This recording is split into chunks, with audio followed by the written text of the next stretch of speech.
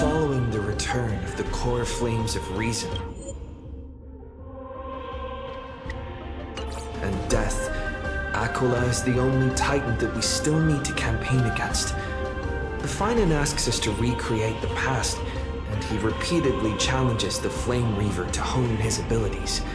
The Flame Chase journey's triumphant conclusion draws nigh, yet a sudden disturbance occurs in the Holy City.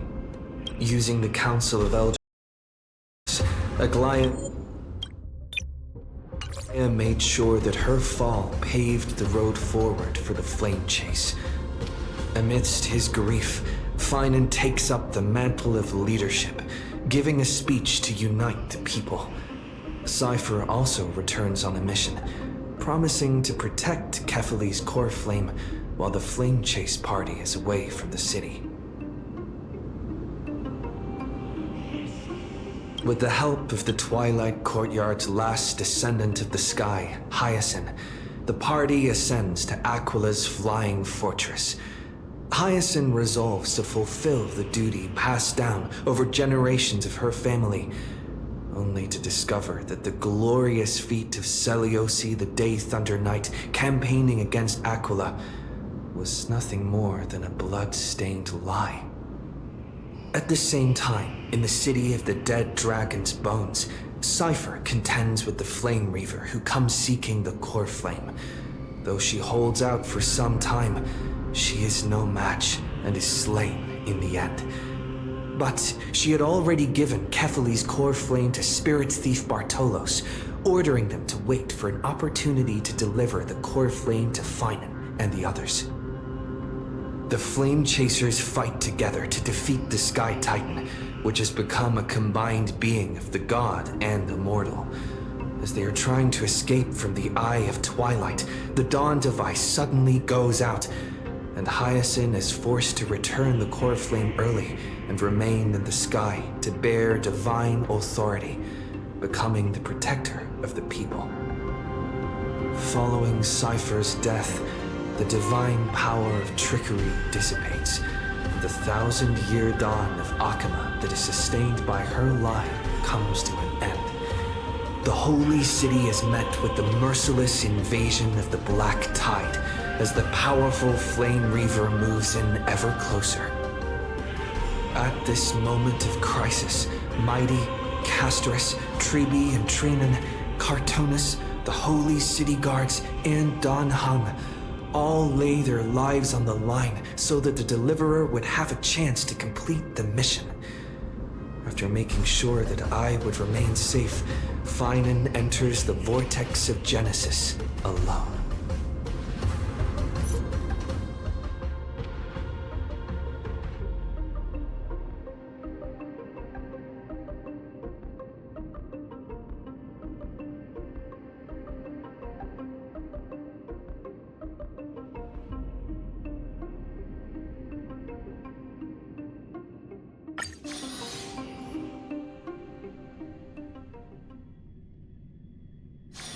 This place is rich with the sweet scent of flowers. Can we stay here for a while longer?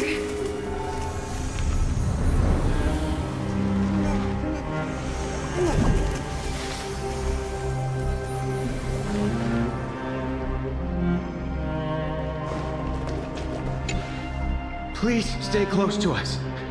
We need to rendezvous with Lord Don Hung. We will do everything in our power to clear the path for you.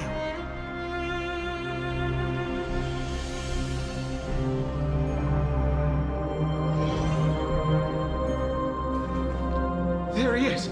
Lord Don Hung! Quick, we must assist him!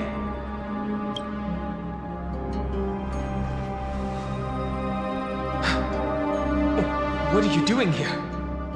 Where's Finan? We are under Lord Finan's orders to escort both of you to safety, no matter the cost. Leave this to me and the Holy City Guards. Zep, take them and go. Wait, Namazani. That black-clad swordmaster. Something seems off. At some point earlier, they suddenly froze in place, not moving at all. Like some kind of omen.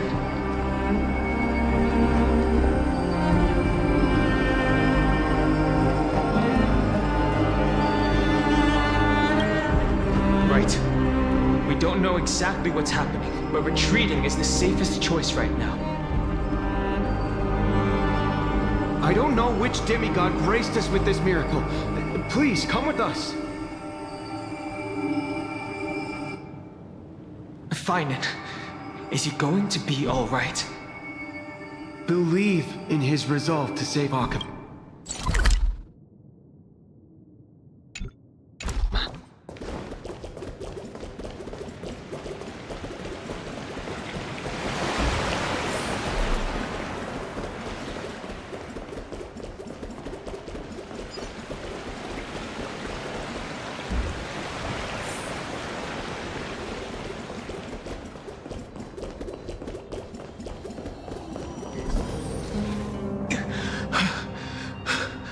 The Flame Reaver isn't pursuing us. Could this really be some kind of divine intervention? We can't stay here for long. Lady Trinan's Sentry Gate is just outside the city. Let's keep moving. I agree. But Finan, he must have struggled a lot before making this decision.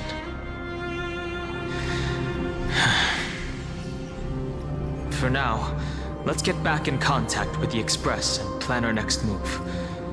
That's the safest course of action. We need more information. On that note, I have a proposal. Who's there? I hope to convey a message to the two nameless. Mr. Screwlam? Who are you? Stand down. I order you to maintain a distance of 10 paces. It's okay, guard. This one is not our enemy. It has been a while, nameless of the Astral Express. I'm glad I arrived in time to stop that black-clad one from harming you further. So it was you.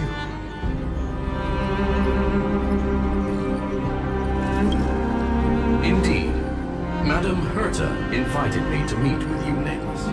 Rest assured. You two know this anti-Catharin?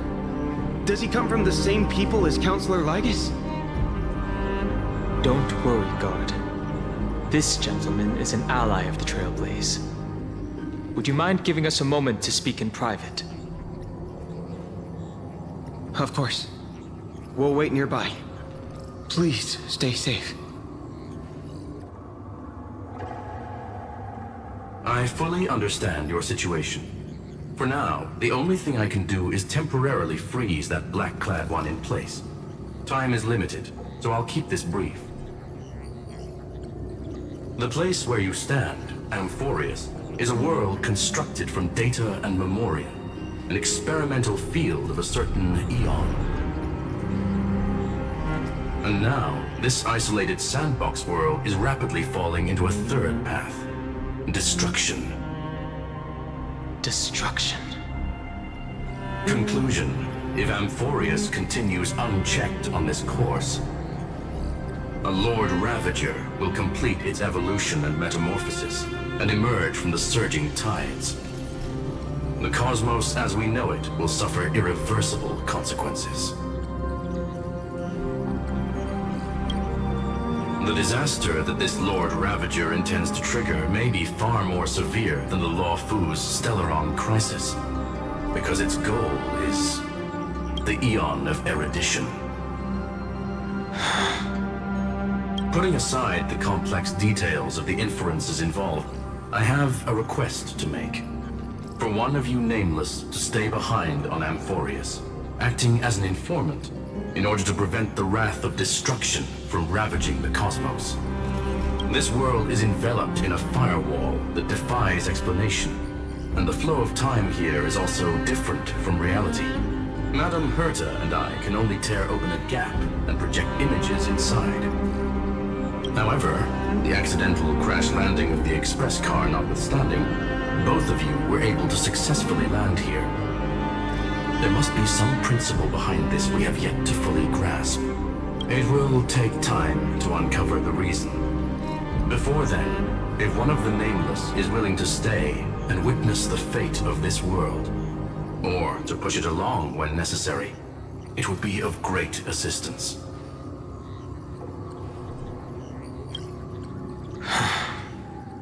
Mr. Screwlum, I believe you. So I only have one thing I'd like to confirm with you. As Amphorius is already facing its end, how can we guarantee the safety of the person who stays behind? Look at this, if you would. This curio is called a chronocognitive anchor. The two of you may view it as a kind of space anchor in the world of erudition. As long as you carry it with you, your individual data structure will be protected and will remain unaffected by the influence of digital tsunamis. When required, it can also serve as a bridge for communications between the internal and external world. Of course, it is not curio with unlimited uses. It may only be held by one person. The connection being interfered with. Decide quickly as possible. 2 final messages. 1, an Teletron named Ligus, possibly the Primer 2, Eartha, discovered a clue. Miss March has already been drawn into Amphorius.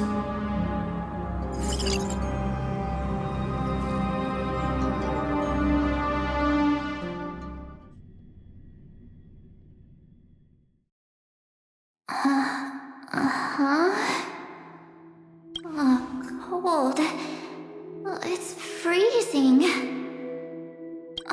Hold on. Am I dreaming? This is way too strange. Everything's spinning. And I can see webaboos flying around. But I was literally just talking to Himeko. How did I... When? That's it. He warned me about this place right before Klipoth glimpsed him. Oh no. Have I accidentally walked onto some weird path? Have I done something crazy without remembering? Unless forcing Pom-Pom into new outfits and borrowing Mr. Yang's shoulder massager counts. Hold up. No way! Stepping onto the path of elation can't be this simple. Right? Child of remembrance, step forth into the depths of the path space. Who's there? Hey, cut it out. If you're there, just come out and talk, okay? You're freaking me out. I can't even think straight. Hold on. Is that a gate? Cast aside your fears.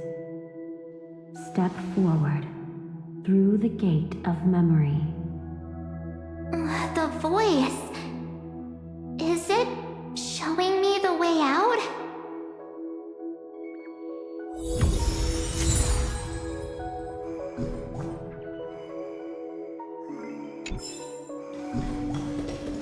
No, don't fall for it.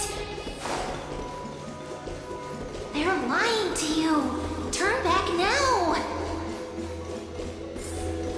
Wait, Master Diviner? From the Wafu? Master Diviner, what brings you here? And you, Miss Messenger, do I know you from somewhere? Good to see you again, March. A pleasure to see you, Miss March. Diviner used the Matrix of Prescience to help me search for my memories. And you, Miss Messenger, we met in that memory space. You said to me, "The value of your life does not lie in what happened in the past, but in the present and the future." Your memory serves you well. March, I conducted some experiments with the 6 phase ice you left us.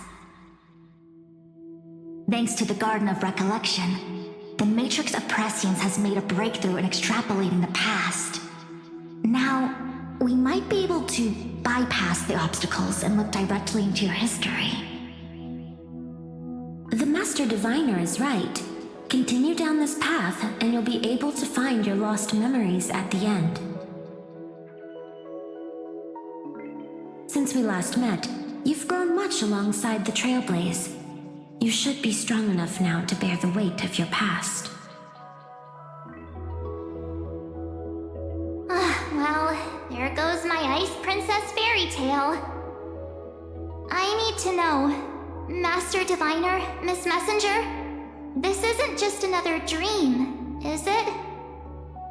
If this is real, why reach out to me at this exact moment? The situation is dire. Your lost memories, they're crucial to the Garden of Recollection. She's right. The Garden of Recollection's existence hangs on your memories. The Garden of Recollection. You may not want to sacrifice anything to preserve the garden for now, but in time, you'll understand. Your destiny and the path of remembrance are extremely, closely intertwined. Now go. So, I just walk through that gate? This way, March. Your past awaits beyond the gate of memory. Stop! They're just mimicking people from your memories! Don't let those bad people deceive you! The gate. Now it's... you two?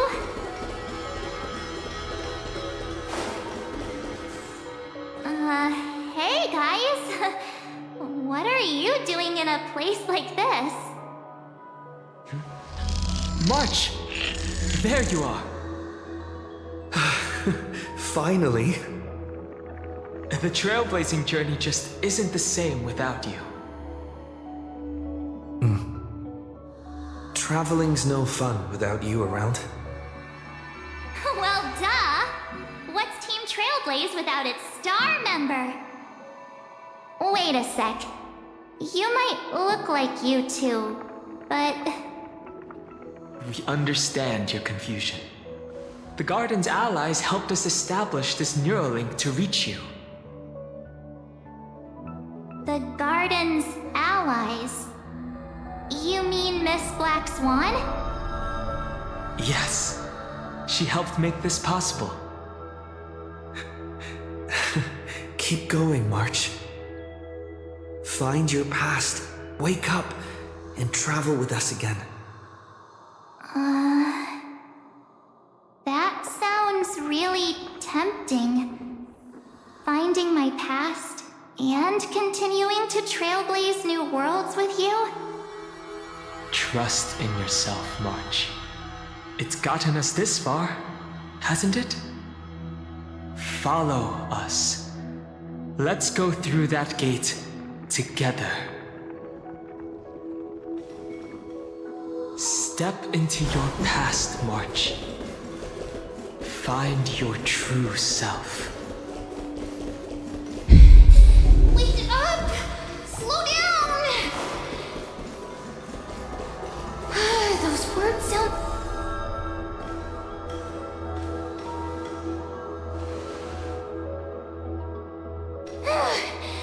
At last, I finally caught up. Hey, are you alright? Okay. Just not used to running around. Say, Marge, got a moment to talk before you make your decision? Wait, that was you? Pushing the gate away? Sending those warnings? Yep, named Cyrene. It means ripples of past reverie. Easy to remember, right? Wait a minute. We actually look quite alike, don't we?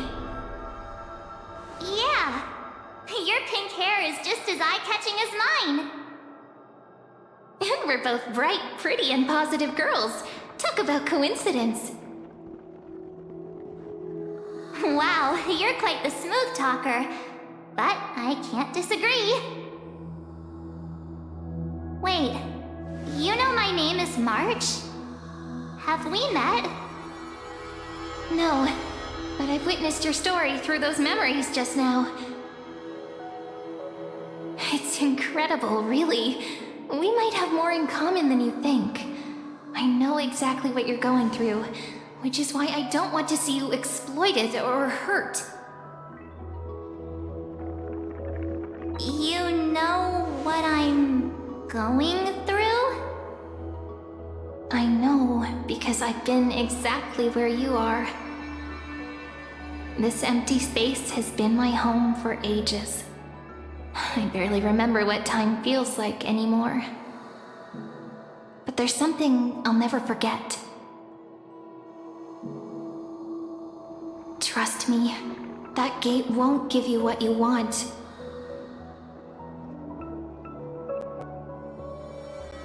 You mean those people? They're lying? Luring me into a trap? Yes, convincing, weren't they? They've studied your memories, using your deepest wishes against you. How dare they manipulate a young girl's feelings like that?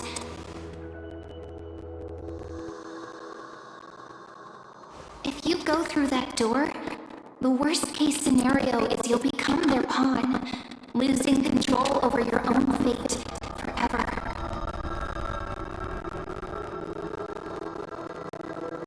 You've seen something on the other side? I may be stuck here with missing memories like you, but I still recall fragments of my homeland where I grew up. That door leads to Amphorius. Trust me, it's anything but welcoming. For ages, I've watched people walk through that door. They couldn't see or hear my calls. The voices beyond always promised safety, but I've never seen anyone return safely. So I had to try and stop you. To be honest, I'm not sure what to believe. But the fact that you're here, putting in all this effort to warn me, that means something. Tell me, Cyrene, how can I return to my world? It's really easy, actually. Just turn around and walk away from this place. The girl cannot be trusted. Through the door, save the garden. Both of you, children of remembrance. They never give up, do they? But don't let them sway you. Stick to your path. The return journey could take ages, longer than most lives. But that path will lead you home.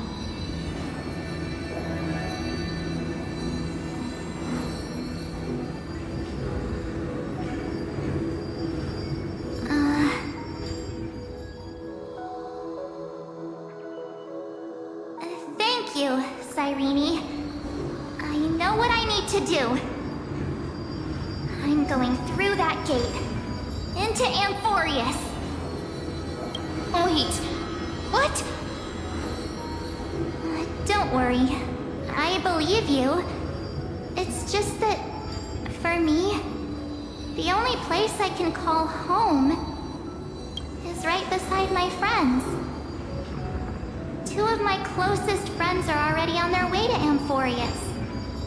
They may seem capable, but only I know. They're absolute disasters waiting to happen. They won't last 5 minutes in a new world without me. That's why I need to go through. Amphorius or not. When the 3 of us are together, there's nothing we can't handle.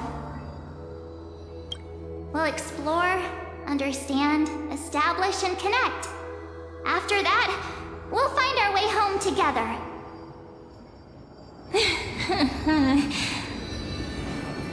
I see. You've got people who mean the world to you, too. That is so heartwarming. March, if that's what you've decided, you have my full support. Birds of a feather we are, looking all sweet and innocent, but with hearts of fire. Oh, stop. You're making me blush. Well then, I guess this is it.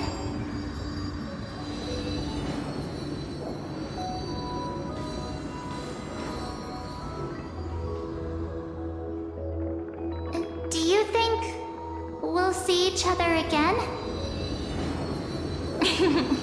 Who knows? But don't worry about me. After all this time here, I've grown quite used to chatting with my imaginary friends.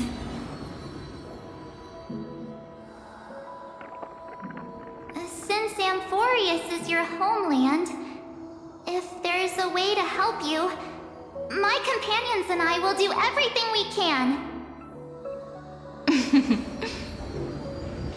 Then I'll look forward to that day.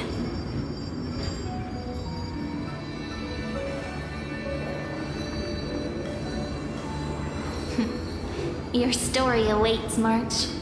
Make it an epic one.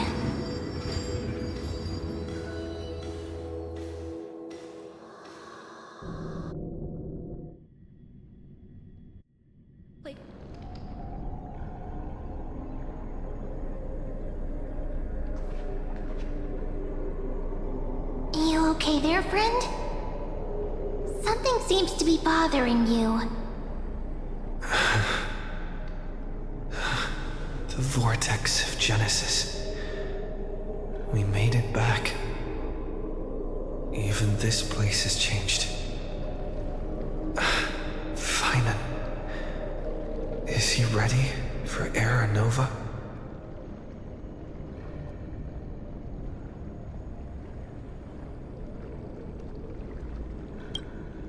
If anything, he's the one worried about you. But I'm here to watch over you now. If what that machine gentleman said is true, if Amphorius is destined for destruction, then I'll stay by your side until the very end. Like how you and Don Hung treasured the Express. Amphorius means everything to me.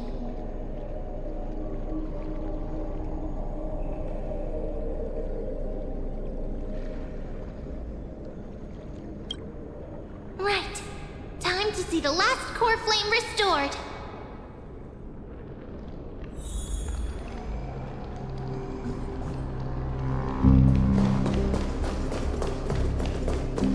Look, there's Finan. And wait.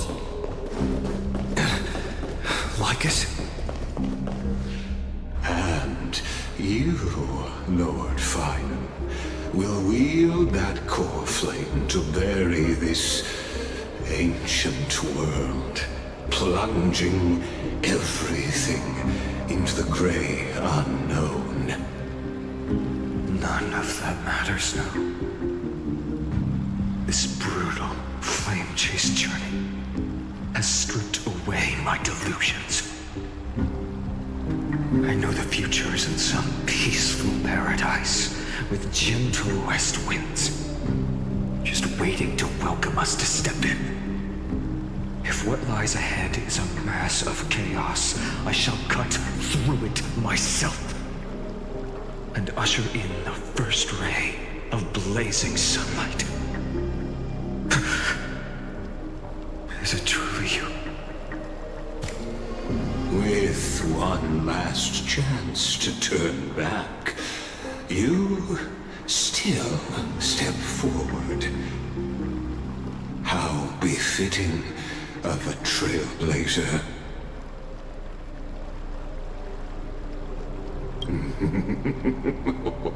You misunderstand.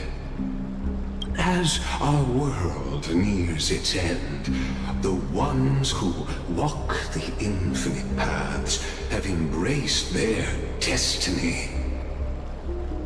As the Theoros, it is my duty to witness the world's future and oversee this final core flame ritual on their behalf. The trial of world-bearing, the ritual of Era Nova.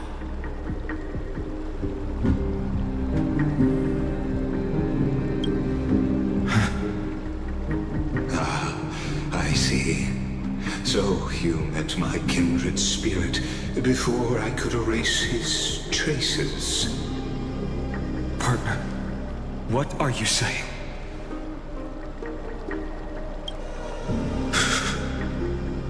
I've had my suspicions. How does a native Antikytheran know so much about repairing vehicles from beyond the sky? Lord Lycus, how much do you truly know about Era Nova? Tell us everything. Very well.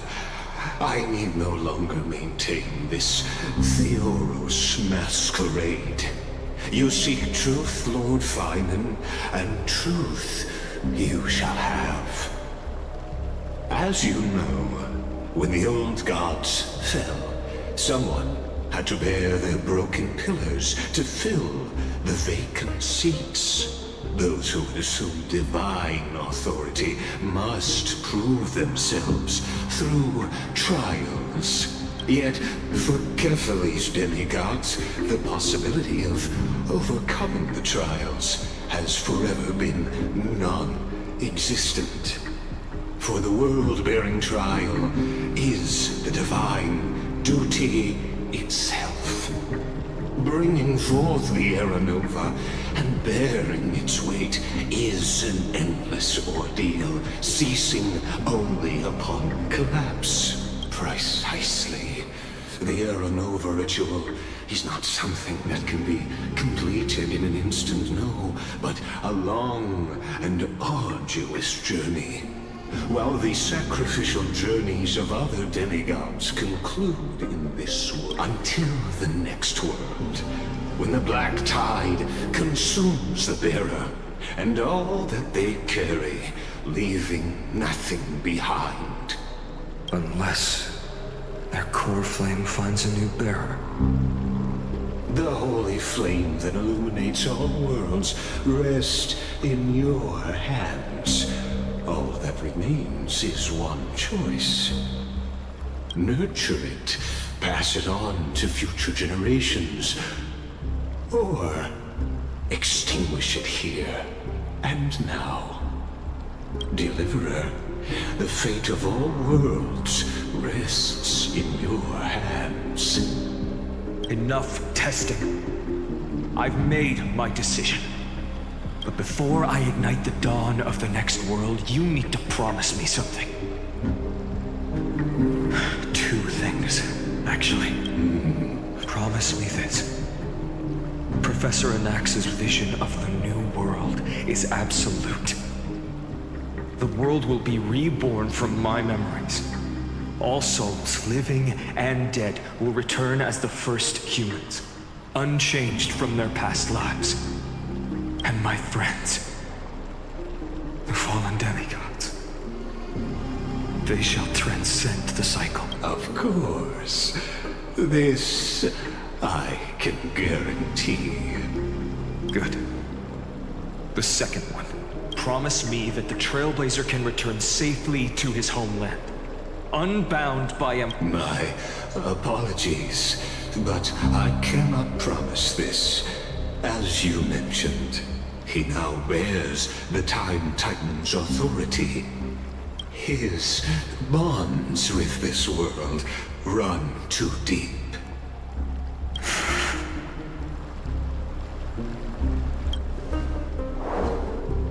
Well, I stand corrected.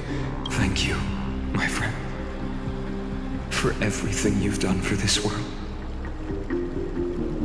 Though the next world may not remember, I shall never forget. As the Theoros, I declare, Amphorius has determined her path. Step forward, heroes. Follow her path and see it through.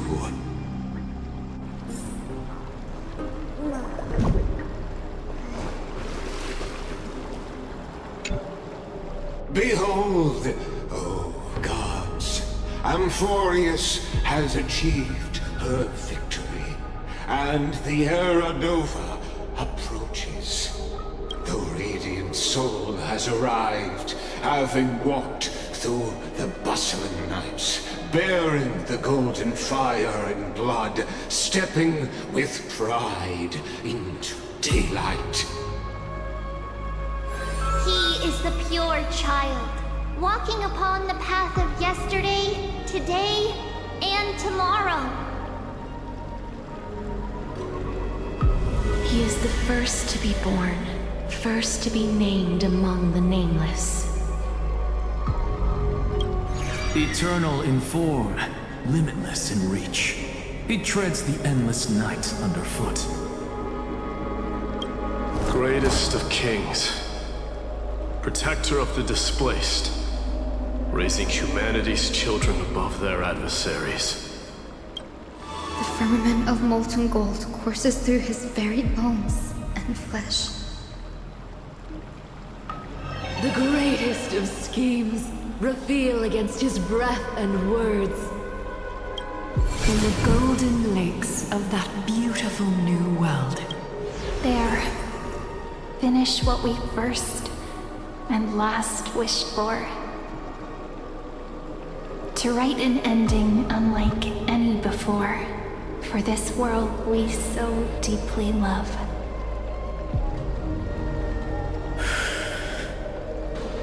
Come, partner. Join me.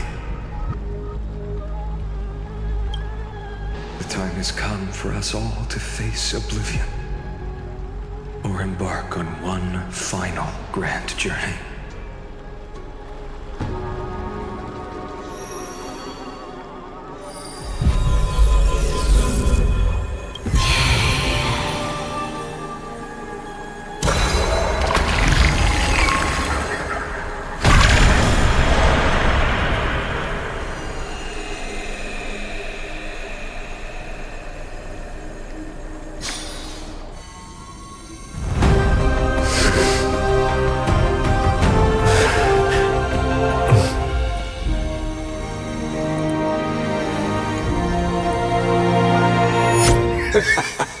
What a magnificent and epic adventure. The hero's journey reaches its end, and the truth behind the Era Nova is about to be revealed. Is that truly the case? Here, as the Theoros, allow me to humbly request that you find a moment to listen to what I have witnessed. This is about the nature of Amphorius itself. A story of the prime mover of life. My, what a broad topic this is. Where shall we start?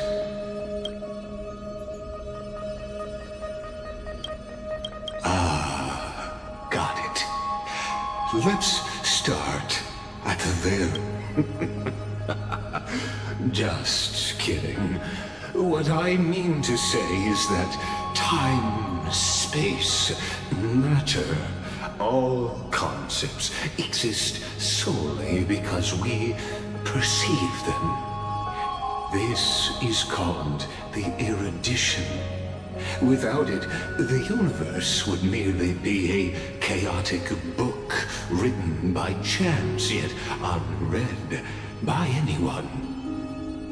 As your acquaintance, Lord Anaxagoras, suggested, everything Amphorius exists through new spores, living in the memories of those yet to come.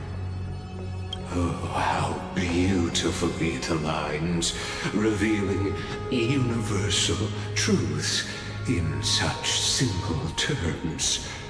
Only he could solve the riddle of what exactly are we?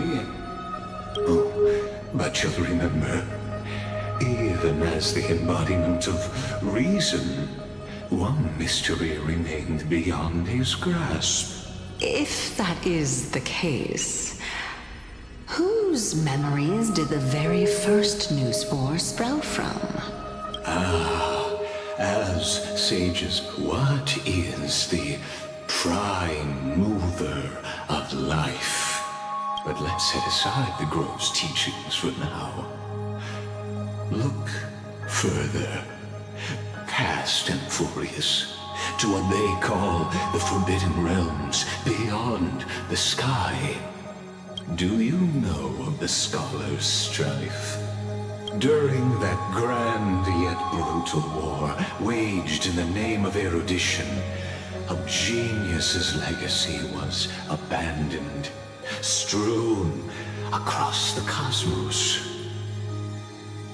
The scepters, a macrocosmic computational array beyond mortal comprehension. Made to emulate the Eon's thoughts, it became part of the Eon's cognition at birth. Scattered throughout the cosmos, these arrays act as celestial body neurons for Nous. But regrettably, as everyone knows, but what nobody knows is that, though forgotten, they never stopped seeking the divine answer. Now, what if, hypothetically, a scepter found the answer to the prime mover of life? If through endless solitary extrapolations in the cosmic code, the one deemed as a failure by the Eon of erudition found proof through the ages, what would happen? Perhaps the answer is simpler than you'd think. From a perishing neuron devolved into true life, reborn through the gaze of another Eon. This is a tale from the distant past, unknown to all, even unheard by the greatest geniuses. Now, let's leave the Scepter's story here. Actually, you know the answer better than you realize. It's been by your side, accompanying you throughout this long journey. Right now, it awaits you ahead. In that brave new world, beyond the end of Genesis.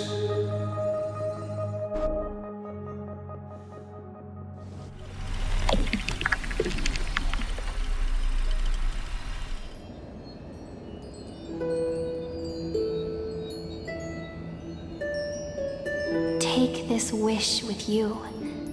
Be the one who begins it all. As the prophecy foretold, you will bear the blazing sun until the pale dawn breaks. Continue onward, bearing this world upon your shoulders until the Ashen Hero, the nameless deliverer, ushers in the dawn.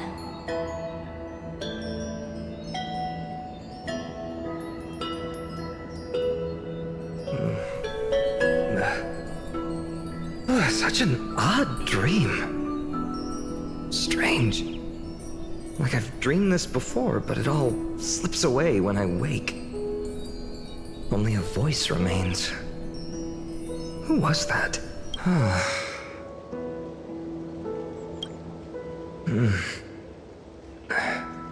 What? Ah, it's you. Whoops, I fell asleep there. What a strange dream I had. It's gone now, though. But look, perfect sunshine. The day is still young. Let's go find Cyrene, partner. We promised to be there for her oracle card reading today. It's right about time. Looking at you, someone's still half asleep. Tell you what, catch some fresh air first. I'll hang around here.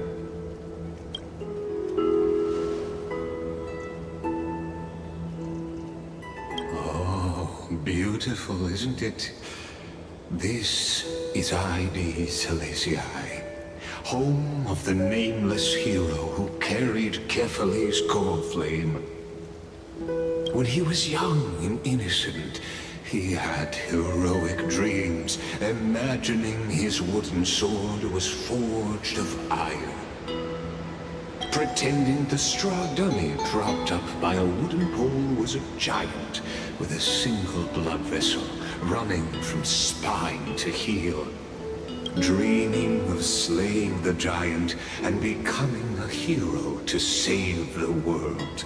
Though to his young mind, the world was just this small village.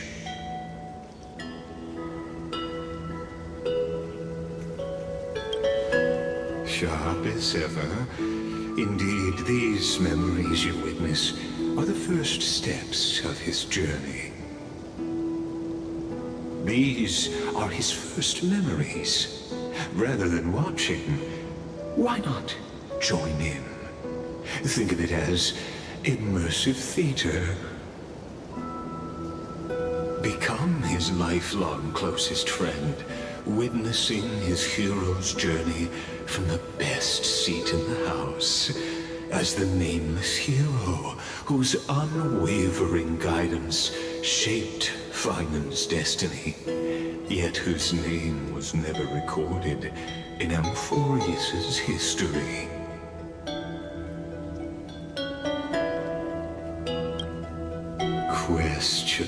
Questions. Let's follow along and find out, shall we? Many mysteries lurk in this village beneath the veil of Evernight. Your questions will find answers as the story unfolds.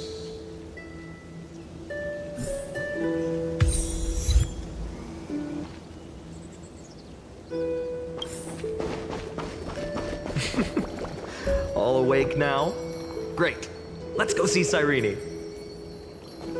Finan! Show me how to use a sword like you do! Hey, Finan! Where are you headed? No Cyrene today? That's exactly...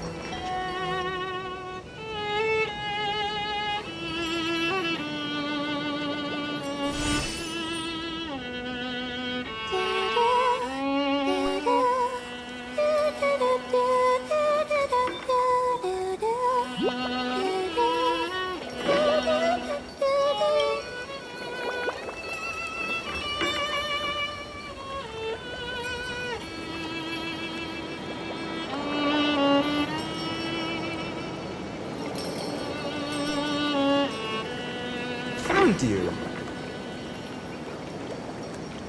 That's...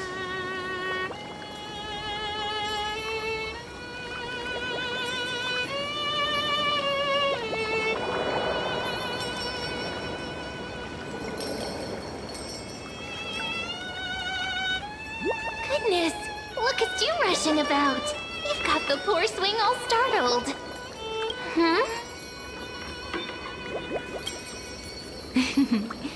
I knew it was you. Something wrong? What do you see? Oh, nothing much. Just suddenly felt a strange connection. Look at you, leaves in your hair. Were you sleeping in a tree again? Or was it the wheat fields this time? At least brush yourself off before wandering around. Come on, I'm not a kid anymore. You're the only one who still treats me like one. Sure. You may have the height advantage, but when it comes to maturity, I'm leagues ahead of you. Still fantasizing about being in heroic adventures and imagining yourself as one of the characters? That's the kind of thing kids do, not grown-ups. Don't you agree? And since you're playing along with his antics, who are you pretending to be today?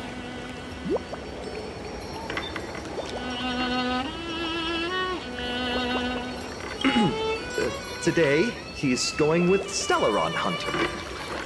Steal a heart hunter?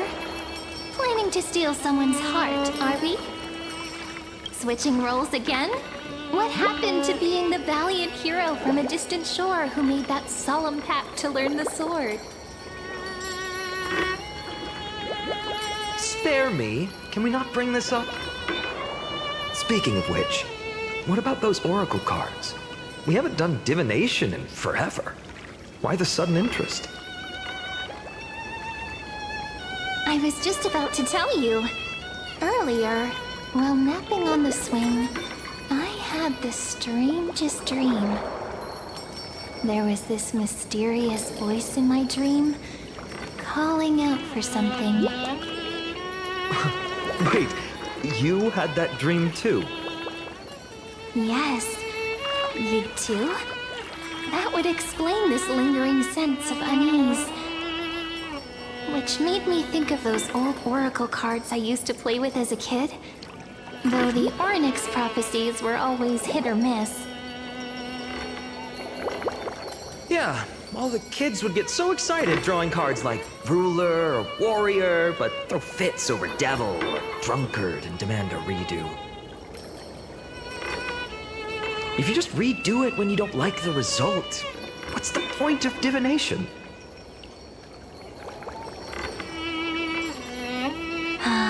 The blessing of childhood. Believing the gods might not notice our little corner of ID Silicii, willing to let our small deceits slide. Still, fate is absolute. After all, we never really know just how far into the future the prophecy extends. Anyway, let's go to our old secret base and look for those oracle cards. Now, where did we hide those? I can think of a few spots.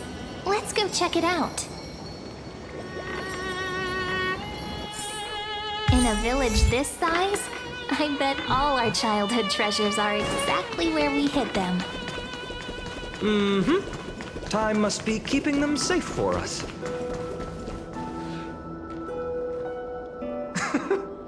Well, those were the days. We'd always meet either by that statue in the village or right here. Right? And I remember you never used the front door when you wanted me to come play. You always climbed over the wall. You were such mischief makers. Just like a certain someone who has a habit of showing up unexpectedly. Right? I bet he said something clever just now. Hey, I was just copying those storybook heroes. They never take the beaten path. Still, it's embarrassing.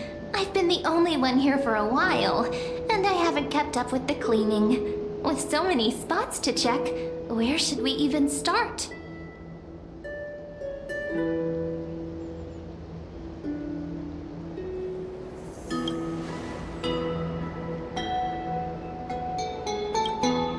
Come to think of it, I haven't checked. All right, let's split up. I wonder what the view's like from up there. Worth checking out.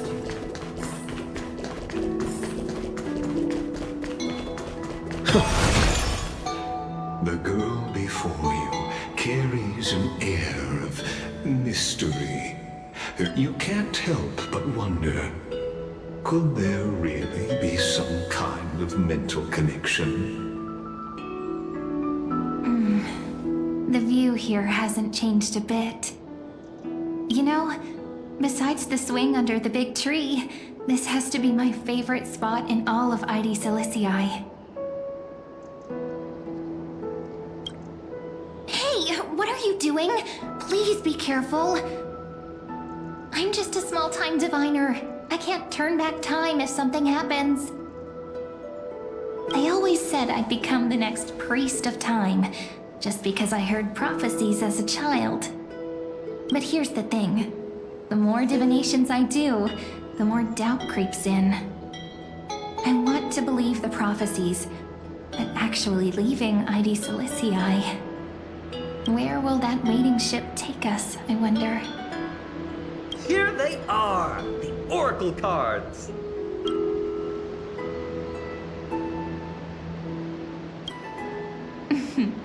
Guess reminiscing makes us take our time, doesn't it? There we go. Looks like the gods do listen to our thoughts. Here it is! This is the box where we kept the cards. But the cards are gone. Who could have taken them? Huh? What's this underneath?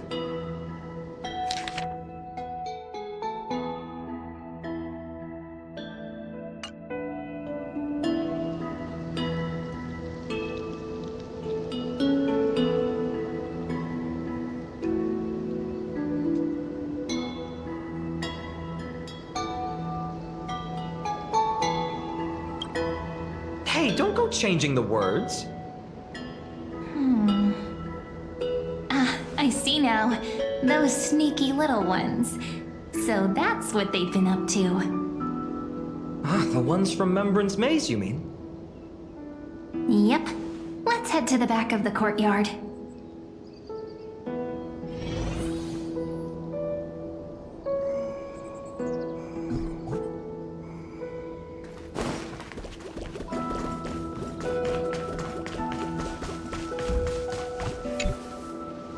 The entrance should be around here somewhere.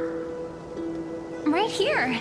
The path to the maze is hidden under all these weeds. It's been too long since we visited the fairies. Did you forget? We used to visit them all the time when we were little. All right, let's do this. These weeds need to go.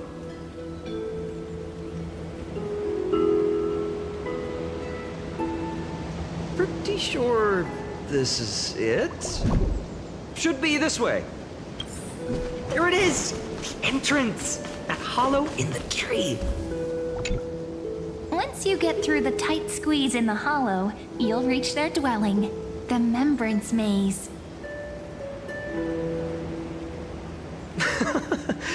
I wonder if I can still squeeze through there. Maybe worry more about whether the fairies will let you in.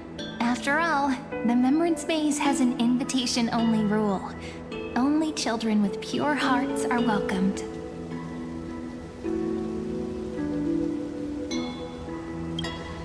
Lead the way then, partner. Regardless, how about we try getting through the hollow first? After you, then. What? Oh, sure, I'll go first.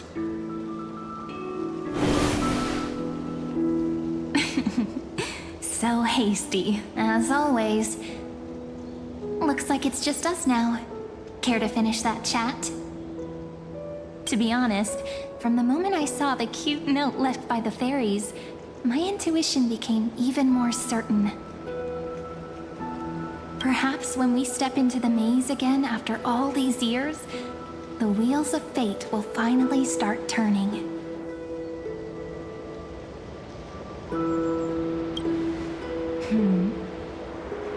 What if I am? What would you do?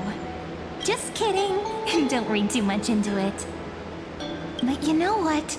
Even if fate is set on its path, no matter where it steers the world, if we're together, there's nothing to worry about, right? So, if you're willing... Forget it. If the wheels do begin to turn, that's when I'll make my request.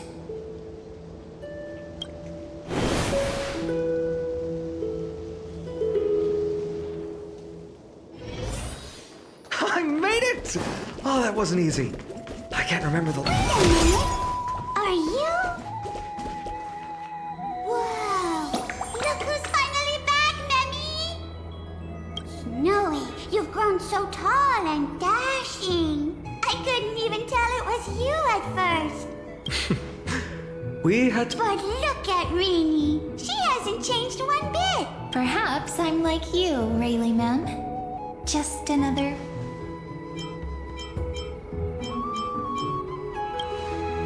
Oh, tell me about it.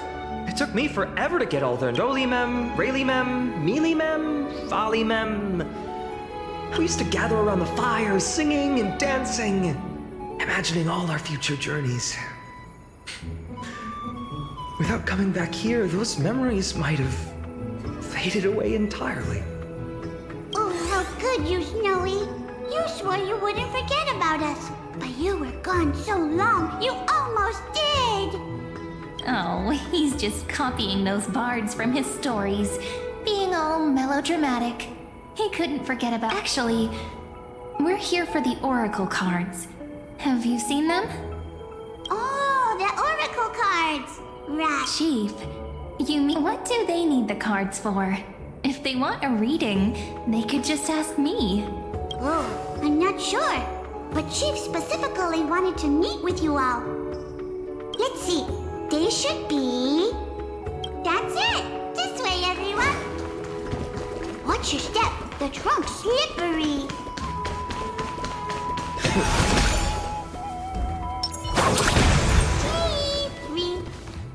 Why do leaves and branches grow? Which way does the wind blow? In Remembrance Maze depths we seek to find the answers future left behind. Welcome back, my dear children. Pink ones? That's strange. I don't recall any pink... Oh, Chief. You haven't changed a bit. Still so full of life. Oh, no need to fuss, my child. You haven't forgotten, have you? Just as our paths stay forever linked. Here, take it. I'm sorry I had to resort to such methods to bring you here. My book of Oracle cards. Thank you for keeping it safe. You know, you can always just ask if you want me to divine something. Still, bringing us here like this after so long. Is something wrong, Chief? Yes. The Veil of Evernight whispers to us once more. It tells of a new fairy who will soon enter the maze. Indeed, every time a new fairy arrives in the maze, it means that beyond the veil, in the vast lands far from Ides Elysiae, a great calamity is on the horizon. But if that's the case, our journey... will have to be cancelled. If disaster's coming, we should stay in Ides Elysiae just to be safe.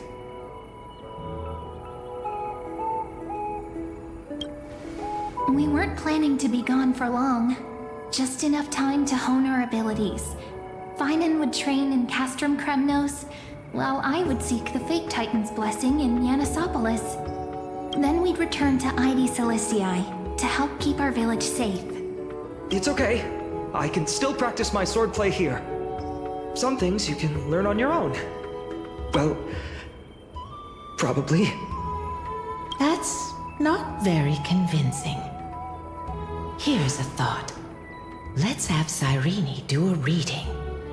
If fate wishes to show us its path, we might find some peace of mind. But what if we don't like what the cards tell us? Never thought of doing it that way before. Thanks, partner. We'll do it your way. Whatever the cards show, we'll face it together. Ask with a true heart, and truth shall answer in kind. Close your eyes, and let's open the Oracle card book together. Let your thoughts flow like stars drifting on the river, carried by fireflies and gentle winds. Your destinies flowing towards the same future. Now, shall we begin? Oh my! The cards are quite responsive today. Very well. Let's see what future the Oracle cards wish to show us.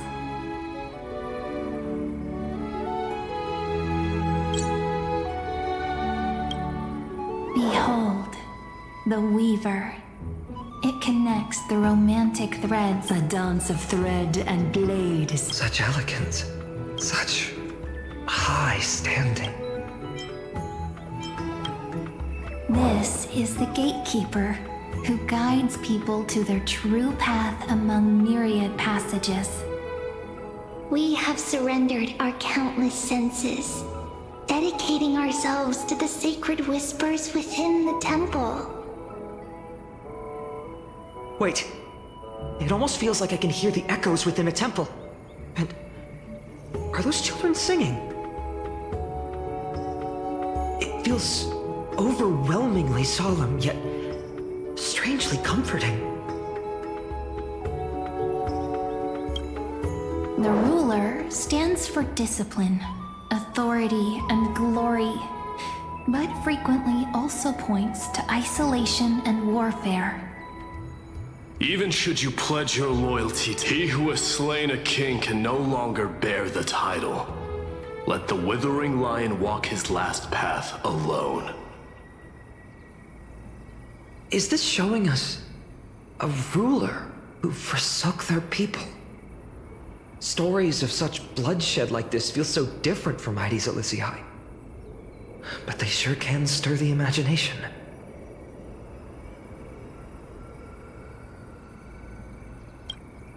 Ah, the Traveler. Our little trickster. Over here! Or perhaps here! Gotcha! You'll have to be quicker than that. A teasing voice. Just like a child. This card, the Servant, is surprisingly, it symbolizes new life and hope. These precious flowers I care. It sounds so... The Humble Healer. I will do my best to help you mend all. Make a pinky promise with me. No more going back on your word. Hey, this card really speaks to me. It makes me want to protect as much as I possibly can. Still, protecting everything, everywhere, seems like a dream. What amazing power would you need for that?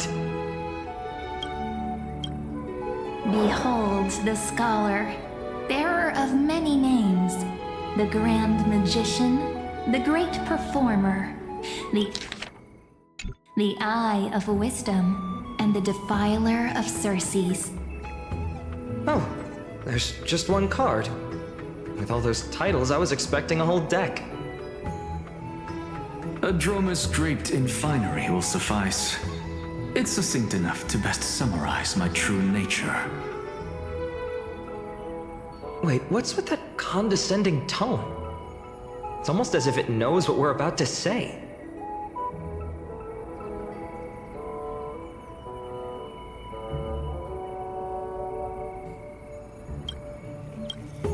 The Deliverer. According to the tripartite prophecy, this card means absolute harmony and perfection. In fact, it's the only oracle card without a dark side. What, no divine whispers this time? Oh, silly. This is simply the card you drew for yourself. The sleepy village of Heidi's Elysiae in just one fleeting moment, welcomed an array of legendary figures. The Weaver, Gatekeeper, Ruler, Traveler, Servant, Healer, and Scholar. Their stories and wishes showed the village boy glimpses of a world larger than he'd ever imagined. They brought tales of raging battles, of cities crowned in holy light, and of wonders beyond his understanding. Each story so far removed from his simple village life. Once, these were just images on his friend's oracle cards, and yet destiny now stirs in resonance with the maze. And now, they are right in front of one's eyes. The Deliverer? This card again. Ah, my child. It seems you're destined to bear the wishes of many, to answer the world's call. Bear their wishes? Yes, just like Kefali, standing eternal atop the mountain.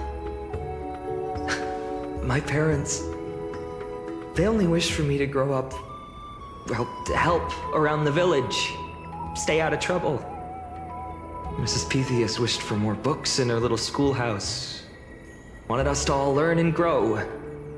And little Piso, he wants to grow up strong like his father, to become a hunter. Is that my purpose? To fulfill their wishes? Perhaps. For a true deliverer, such wishes are but droplets in an ocean. After all, Kefali bears the weight of the entire world. Right. How could any human possibly measure up to a Titan? I wonder too. Perhaps... What's this? What you see are futures written in the cards. Or rather, the people you'll meet on your journey. Sometimes, fate can guide us when we're lost. Let's consult fate itself. Maybe then we'll know why we must take this path. And learn just how many burdens one must bear to become a true deliverer.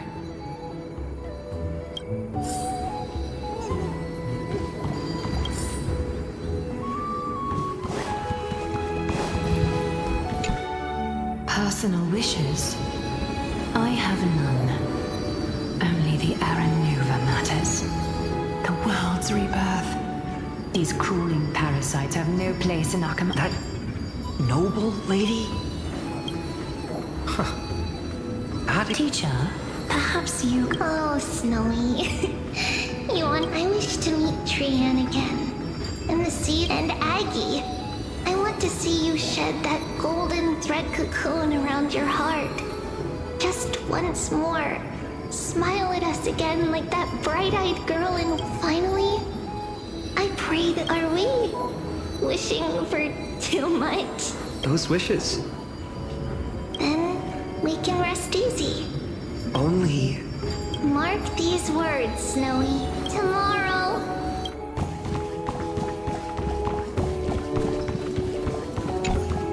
So tell me, has the uncertainty in your heart... So many faces and still... What's weighing on your mind? Didn't you say disaster would strike Amphorius? If so, shouldn't Cyrene and I stay in Ides Elysiae? How could we possibly... If that's true, then who will protect everyone in Ides Elysiae? Cyrene, may I have that Deliverer card? Of course. But why? Although those voices, visages, and wishes may seem far away now, I can't ignore the sense that something is calling me, bidding me to take a hold of it. maybe its true weight can only be known once it's in my grasp. In that case, accept this gift. Oracle cards carrying time's wisdom, blessed by Orynyx. May they journey with you, become your memories, and spark rippling waves of change in times to come. I'll hold these words close to my heart. But now that I'm holding them, they don't seem all that different from ordinary playing cards. What? What's happening? Everyone, we've got big trouble, Mimi! Burning, smoke everywhere. What's going on? It's here. The seeds of disaster have already taken hold. Sooner than we had foreseen. This time, not even the veil of Evernight could shield us. You mean Ides Elysiae will be swept up in the prophesied catastrophe? I'm afraid so.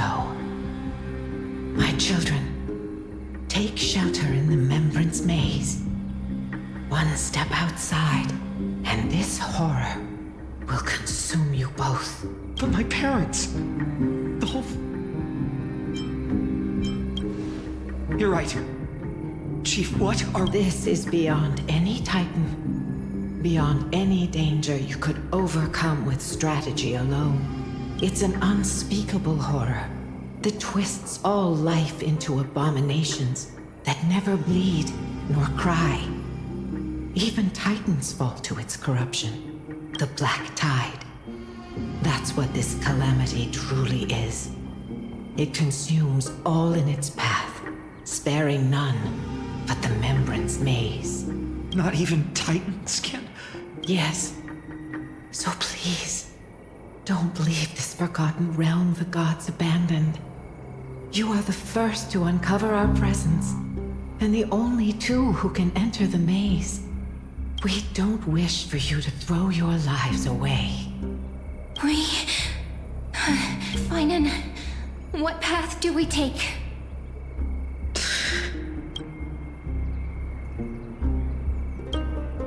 As long as we survive, Hope, but... I just accepted the Deliverer call. I learned the sword to protect those close to me.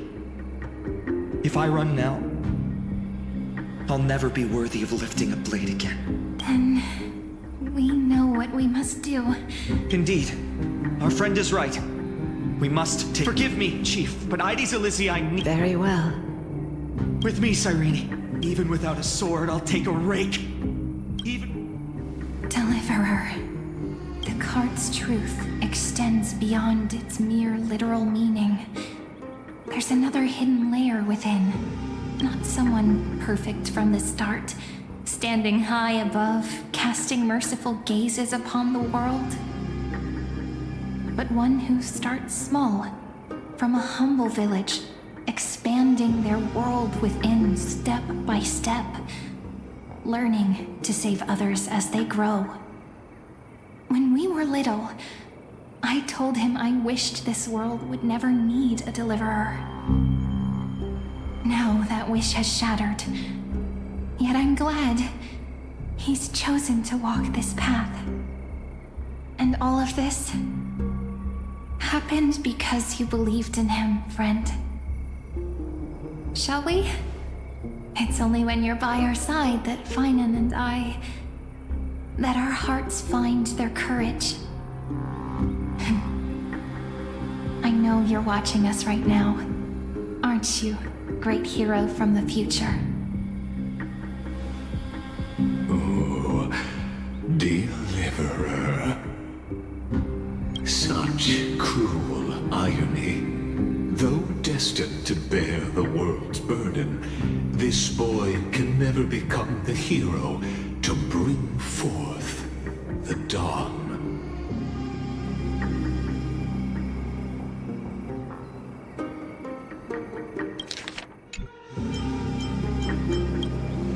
Follow their path. Bear witness as watch this memory play out its final act. See with your own eyes how everything began. Then you'll see why his dream of deliverance was always destined to become this world's requiem. A sun red as blood, wheat fields turning to dust, and in the heart of it all, a village aflame. In that moment, the boy stood in what felt like the end of existence itself.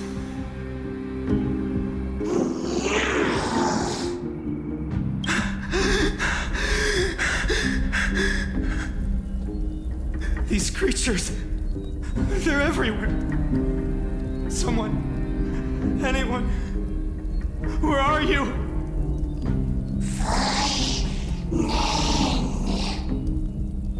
No, it can't be.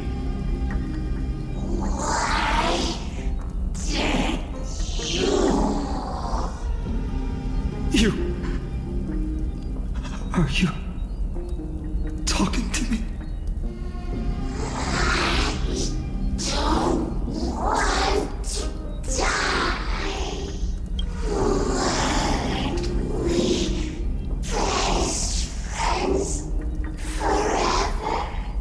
No. That ribbon. Olivia.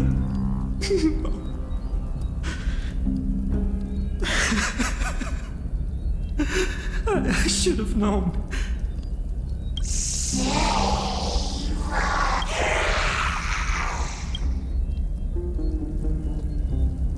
Please. No.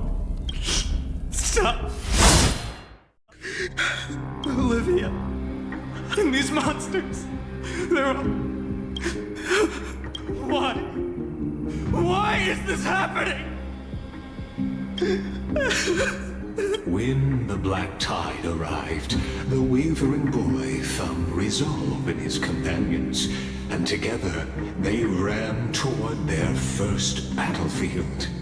In the far-off future, the land of Amphorius would bear the marks of the hero's footsteps.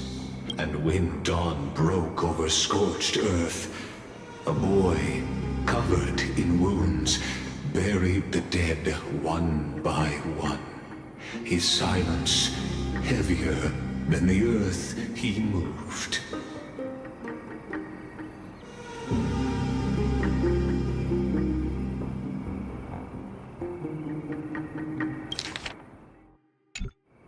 His home, his past, his name, all buried beneath the soil.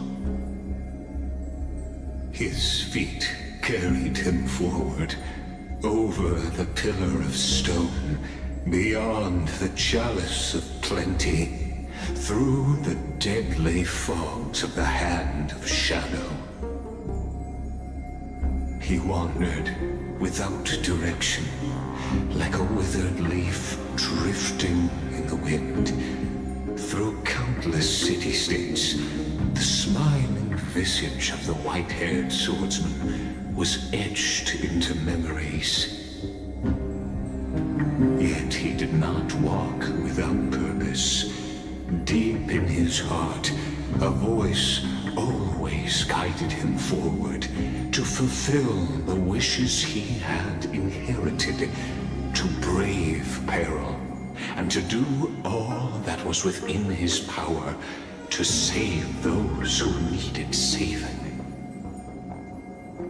Those words his friends spoke long ago, when his journey began, lingered. Protect those who must be protected. The words were few, but they gave him all the certainty he needed.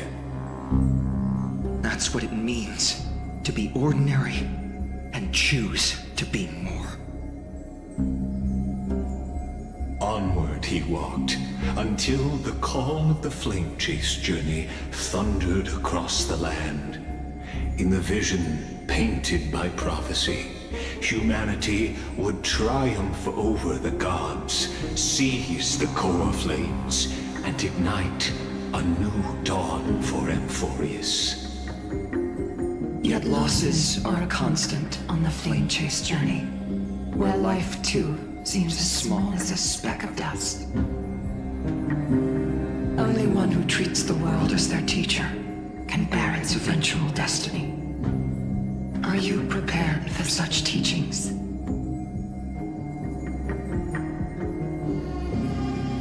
The voice within spoke, and he answered softly. No matter. My existence is of no consequence.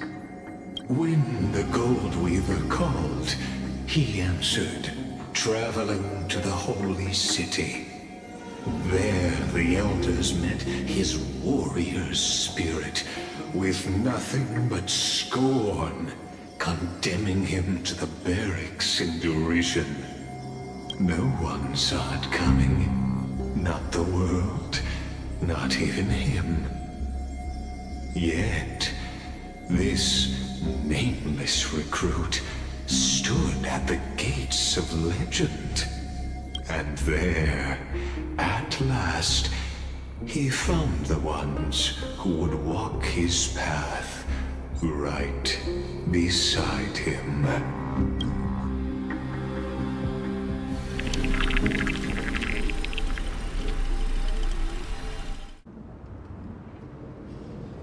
This is the Abyss of Fate.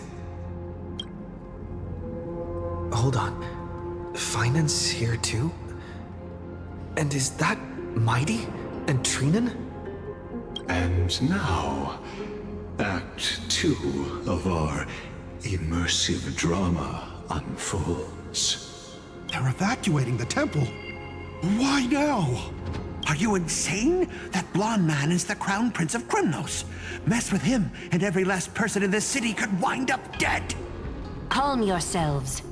The Holy Maiden has everything under control. We need only wait patiently. Behold, it is the month of Gate, light calendar 49. As you know, though Mighty Mos was proud, he did not engage in needless violence. He challenged the elders of Akama to a duel, not for glory, but for the rights and dignity of his people, to ensure they wouldn't live as second-class citizens in foreign lands. After Aglaya's mediation, Finan met Mighty Mos's challenge as the Elder's representative. This duel was to change the course of the flame chase journey itself. So, as Finan's most important companion,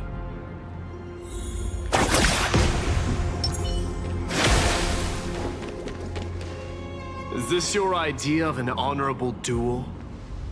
Bloodshed isn't the way. We and Aggie don't want to see Chrysoceres turn on each other. True warriors know when to sheathe their blades. The impartial Talantan shall oversee this duel. You need only place your offerings upon their scales. Something that has more weight than the fate of the world. Which means only those who understand the world's weight are worthy to carry it. Is this how you plan to test our convictions? Well, Kremnoan, looks like you won't be able to punch your way through this one.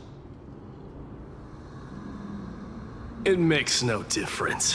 One last chance, new recruit. Walk away, and I'll spare your life. Otherwise, come and face me. I'll give you a warrior's death. Hard to imagine they once clashed like this.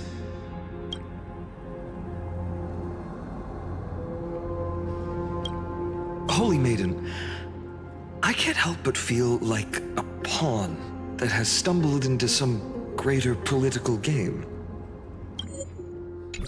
Every hero was once a child, and every child must grow. That's so. I don't even know why I'm standing here right now. Look at me. Just a common soldier. Since swordsmanship won't decide the winner, Lady Goldweaver should be here instead. My devotion to the Holy City could never compare to hers. What if we told you this duel isn't about winning or losing, but rather in the choice you make? Are you saying that Lady Goldweaver is testing me? Every Chrysos heir is indispensable to the Flame Chase journey. And you and the Crown Prince of Kremnos are both a part of the prophecy. What the duel marks is not an ending, but a beginning. So, listen to your heart. We wish only to hear your answer. True enough. The voice within has never failed me. It doesn't matter what the result is. I'll give it everything I have. Spoken like a Chrysos heir. Now go, Phainon. Your journey has only just begun.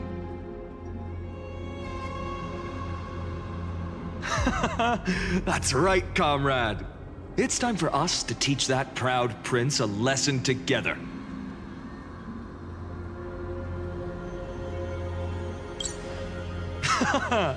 Now that's what I like to hear.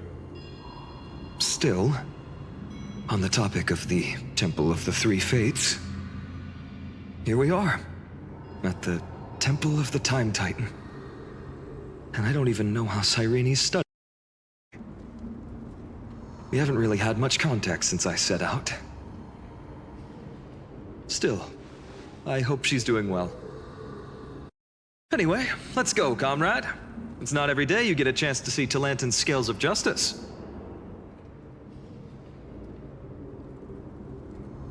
What's going on? Did he just say Cyrene's studying here? But how is that possible? Wasn't she... Of course, Lycus disappears right when I need answers. Forget it. I need to catch up with Phainon first.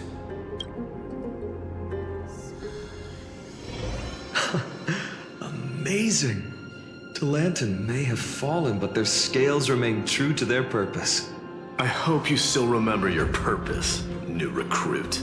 You seem awfully confident, Kremnoan. Let's see how you define the idea of weight. For your information, in Castrum Kremnos, the punishment for profaning a duel with such crooked wood as were in foreign lands, the signet of Kremnos, the crown jewel of our people. That's my choice. A ring. Not just any ornament, I'd wager. What's the story behind this little treasure? Don't push your luck. Think I'd pour my heart out to you? Just know that Kremnos' 1,000 years of glory could bring a titan to its knees. Let alone a nobody like you. So to him, glory and his people outweigh the entire world.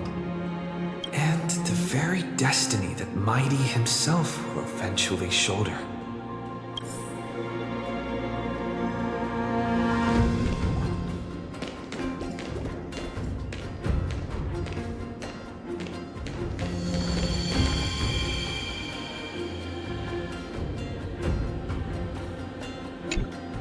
Now this is a tough one. What can I possibly offer against a ring that signifies so much? Well, comrade, what does your gut tell you? Looks like we really are on the same wavelength. In the end, there's only one thing I can trust. The deliverer that appeared in my life on that day. How ironic. I can't even look at this card properly, much less follow where it leads. Just thinking about how my village was swallowed by the black tide makes my hands shake. The flames, the screams, my utter failure to protect anyone. Speaking rationally, I know it's not nearly enough. Hades Elysiae was just a small village. Its loss barely a scar on Amphorius' face. But here and now, my heart says something else. This car. It's everything I have left. Nothing weighs heavier. Perhaps that itself is the answer. Look, Finan! It's so nice to see you all again.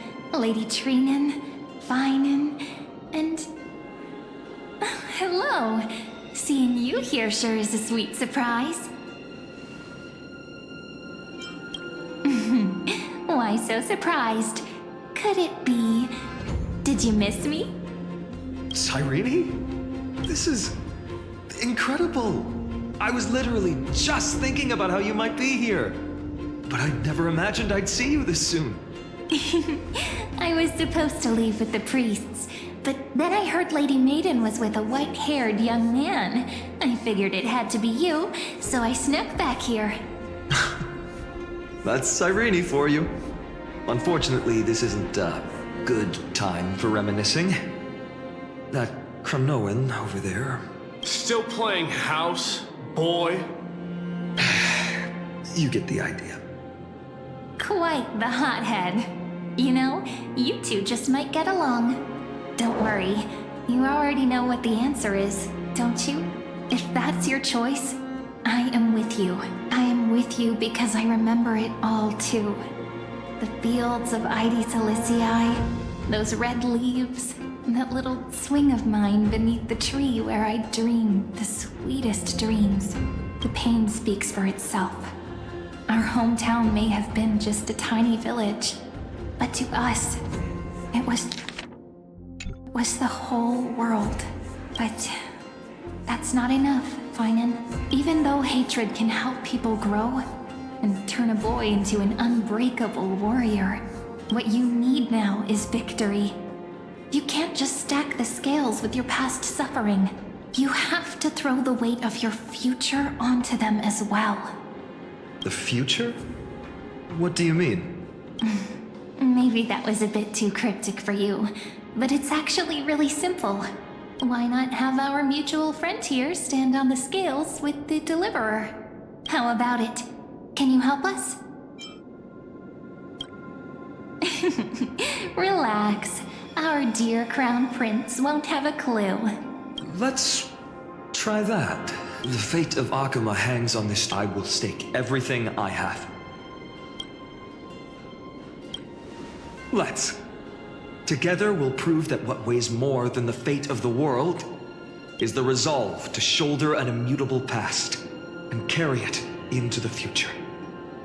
Talantin, the fair, the just, they of unassailable integrity, in the name of the Holy Maiden of the Three Fates, lower you. Your offering is... a card? Yes, a flimsy little card. Interesting. Very well. It's... a deal. The scales... they're wavering. Talantin is deliberating on the outcome. This is... something that I believe. Hear thee, children of humanity. I shall pronounce judgment, for the difference is now clear. The one whose offering weighs more than the fate of the world is...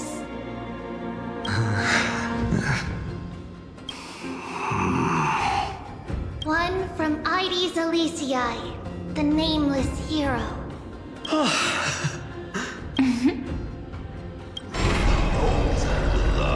However, heed this.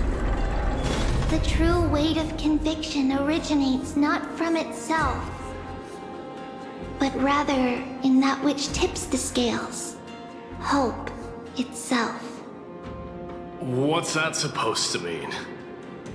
I think the Titan means that it's not anyone's personal convictions that outweigh the fate of the world.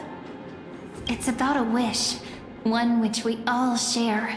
You, me, everyone here. What tipped the scales wasn't Finan's conviction alone, but the collective hopes carried by this oracle card. Humanity's desperate call for a deliverer. Yes, even you and your people, Kremnoan. Placing us both on the same side of the scales? Foolish. We Kremnoans are your mortal enemies. Such weak idealism will only get you skewered on our spears. Fine by me. I've never claimed to be the deliverer from the card anyway. I'm a soldier. And if it's my fate to bleed my last on the battlefield, then so be it. That's all a hero really is. Someone with that kind of conviction. And the deliverer? Just a sum of all those heroes. A brilliant explanation. Just as prophesied, on this day, the final 2 heroes shall join the Flame Chase journey. I should have known from the start. They all say... Oh, I have 1,000 ways to tame a lion. But this lion didn't come here for bloodshed, did he? The Kremnoans far outmatch Occam's forces, yet we haven't lost a single soul. That's no accident, is it? Do you honestly think Kremnoans, renowned for our love of battle, would show mercy? Your forces are equally renowned for their iron discipline. And so, we can only assume that this is on your orders. Perhaps Akama isn't as hidebound as the rumors say. You grasp the true marrow of power more clearly than those elders. Now that the wheels of fate are turning, what finer way to celebrate this fortuitous encounter than a feast?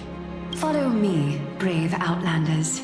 Heroes of this world are as count. History shall remember this moment. The prophesied Chrysos heirs now stand assembled, heralding a new dawn for Amphorius. You must see now how different this is from the flame-chased journey you traveled.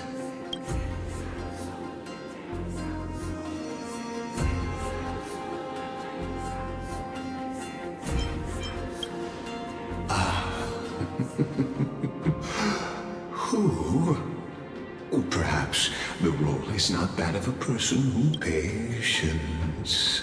We're approaching the final act. These are, as I mentioned, his first memories. They are of particular importance for the imminent Era Nova. Such as this very moment, as the prophesized demigods gather with Talantin as witness. This is a moment calculated by the gods.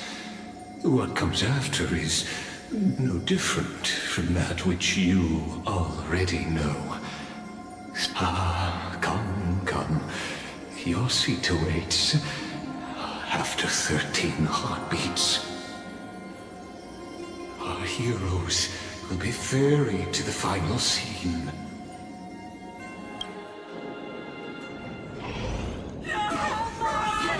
They say that the heroes of this world should be as countless as the stars. Yet now, we're the only ones left standing. So, in the end, the black tide still swallowed everything. The West stands protected by mighty Kremnoans. It will hold for the time being. Professor Anexa deployed wards in the north and east before. We needn't fear for Aglaya. Even in death, she counts as the greatest among demigods. Her threads of romance weave an impenetrable shield, and the people answer her call, rallying to the city's defense. Let's move. Catholic has given their core flame. We must complete the Era Nova before the next entry hour. For Amphorius. That only leaves 3 hours. So, This is the last time we'll see her. Finan, we set out on this journey to answer the world's desire, didn't we? That's what it means to be a Chrysos heir. So has it always been. Then why? Why must Amphorius's wishes be so cruel? We made the best choices we could, whenever we could. But in the end, the prophecy that led us, this black tide swallowing everything. Why does it look like this?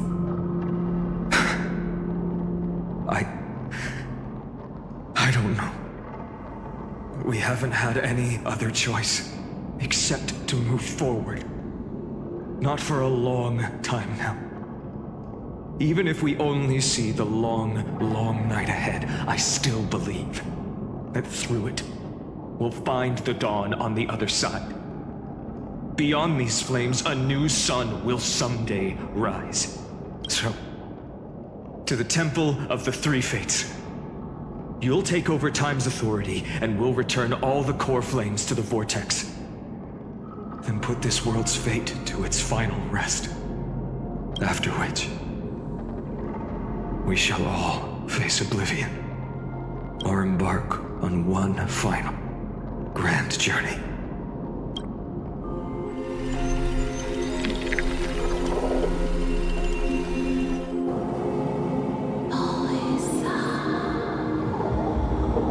Please forgive us for disturbing your sleep, Orynyx. It matters not. I know fate has run its course. The black tide has reached Akama. Amphorius does not have much time left. It is time for the Era Nova. As agreed, I shall present the core flame of time. Ride the river of time. It will guard your passage to the vortex of Genesis. Step through and witness.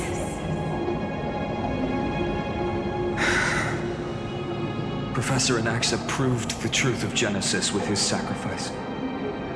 As Chrysos heirs of the prophecy, we were always destined to immolate ourselves for this world. Now, it's our turn. We can't let everyone's sacrifices be... I don't need another pep talk. After all, we've been ready to fight fate ever since we left the village, haven't we? Yeah. Come. Let's claim the miracle we were promised, and burn away every last shadow in this world. And then, rise as the first light of a new world. Light calendar 4931, the third week of the month of Evernight. Welcome, my lord, to the end of the flame chase. And the end of all things. The Titan has revealed the gateway of fate. Please accept the invitation to step across the threshold. And behold, beyond this gate lies the new world that our heroes sought through their trials, as well as the terminus that the owner of these long memories has been hurtling towards their entire life.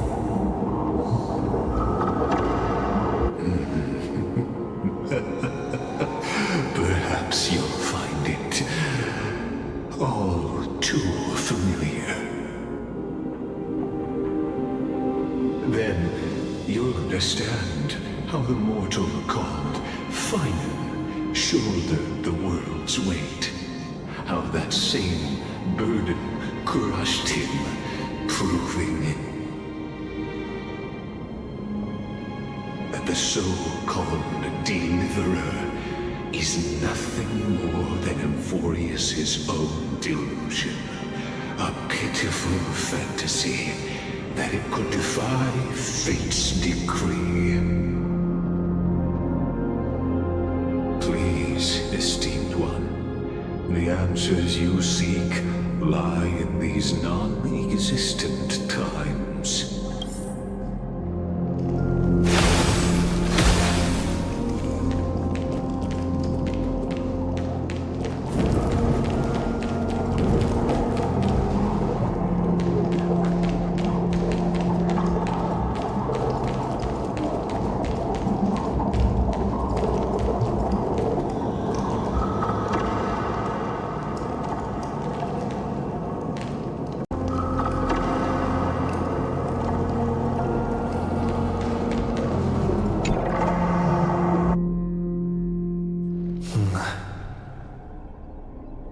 The vortex of Genesis.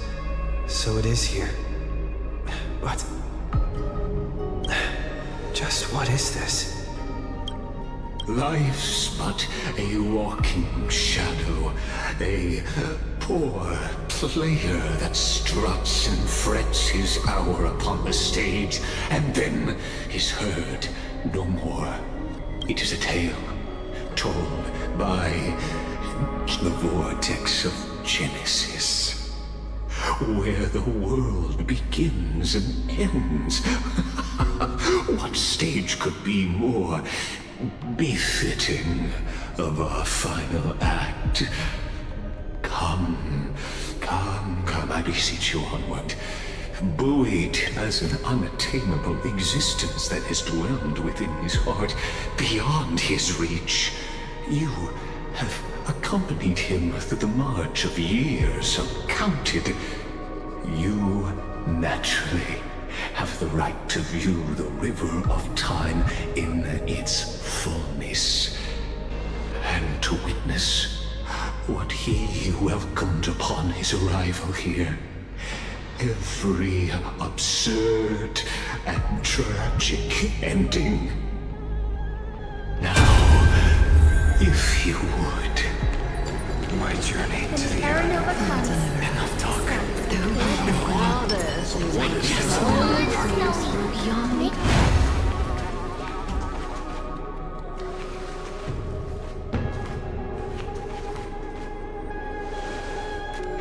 None of that matters now. This brutal, flame-chased journey has stripped away my delusions. I know the future is in some peaceful paradise with gentle west winds, just waiting to welcome us to step in.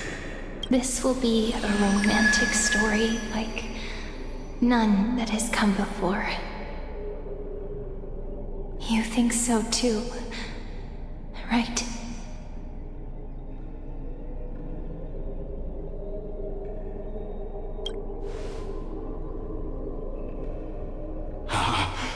Indeed, in his memories, such a scene replays over and over. Though the details may differ, this remains ever the same. All shall bid farewell to one, and that person alone will witness the miracle. A total of 33,550,335 times.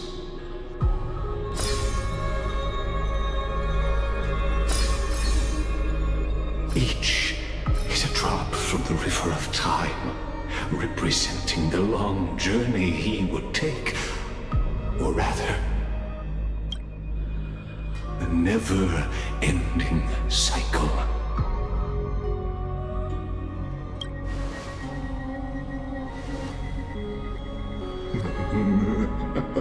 Just putting it into seeing is believing. Why not let your own two eyes uncover the truth? Or perhaps you can simply walk straight to the final truth. See the true face of the character you play, and witness the ultimate nature. Please, take your time. Look.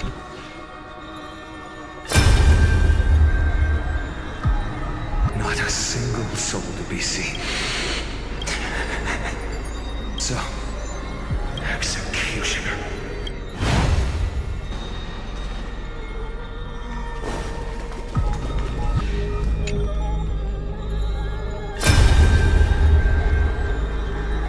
Castaways, didn't you?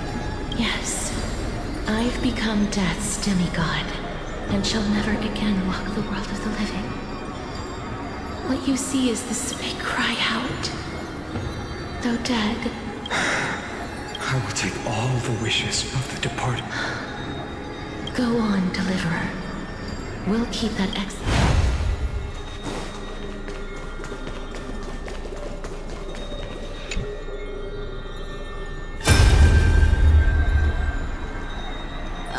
There's water everywhere. This place is always so wet and sticky. Plus that burnt smell. So you feel it too? Go on then. Let me fight with you. Hey, remember what? Yeah, I'll leave it to you then. Wow, someone's not shy. I'll distract that executioner. You go turn the world's biggest lie into truth.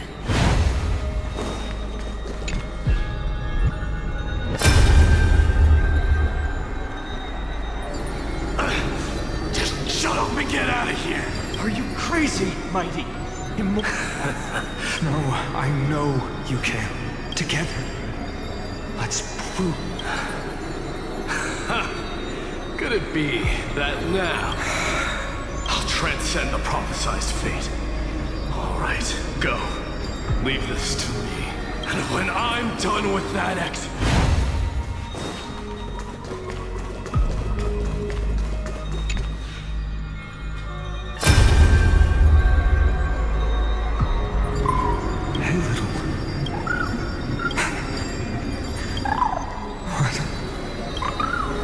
You see? Well, now come, executioner.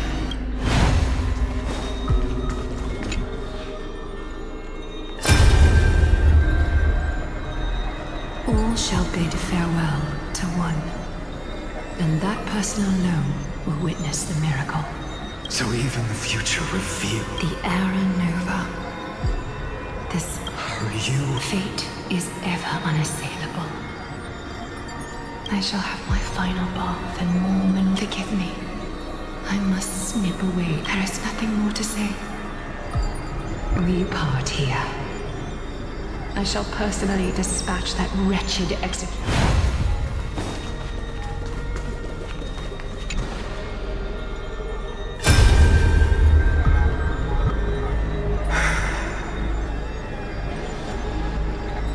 Prophesied future. The flood. You. Please. Let me answer your cruel fate. I do.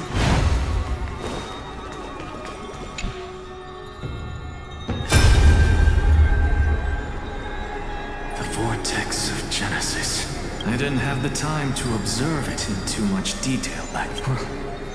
It's my honor to... Oh, have you forgotten so quickly? I died for truth. Of course. But I'll say the same to you. Now go. Yeah. Time for that wretched executioner to pay.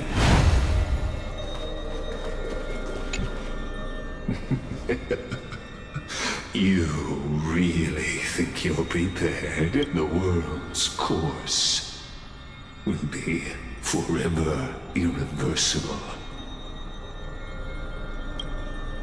Ah, very well.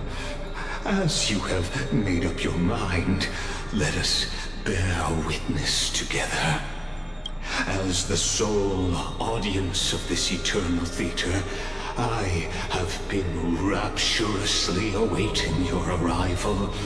And this, too, is the very reason I must show you everything. I believe that since you've bathed in that eon's gaze, you can make Amphorius' frozen fate flow once again.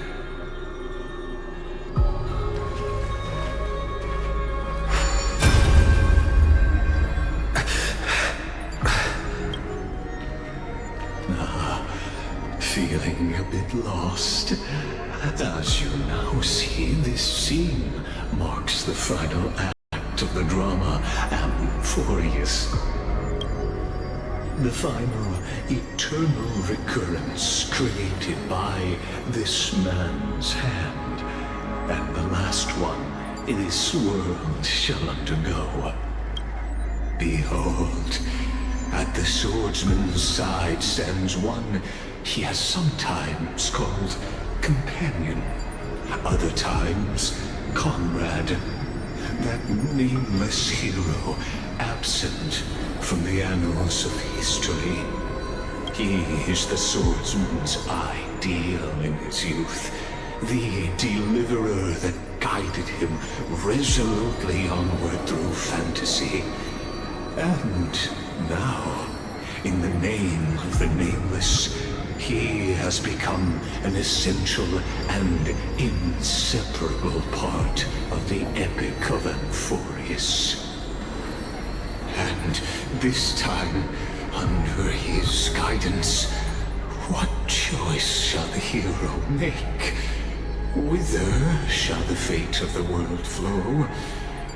And what is the ultimate truth? There are many mysteries yet to be unwound. But if I may, allow me to temporarily yield the stage to one far more fitting. Please put your hands together and give a rousing round of applause for they who will reveal the answers and bring about the final end of the 33,550,336th flame chase journey.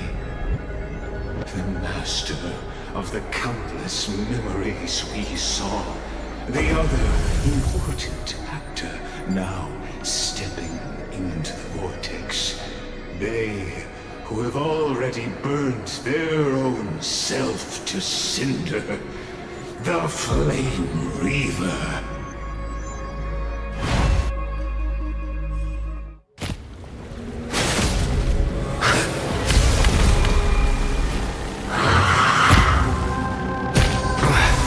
So, in the end, you succeed. Executioner. With my flesh as kindling, like the first dawn of the new world. Time has come to once again start everything. Have some sunshine! Youth here. Embrace a new life. This world is a... May death protect us! I'm on it. Many, many.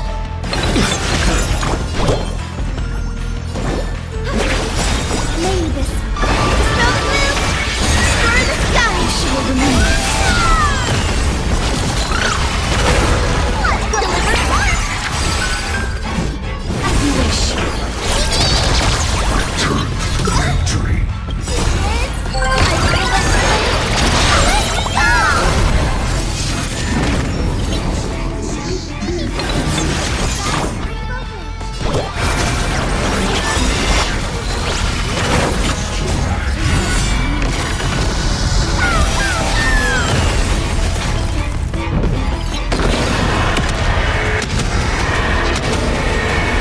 May death protect us!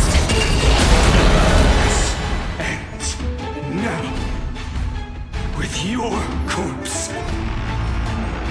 Ignite the dawn!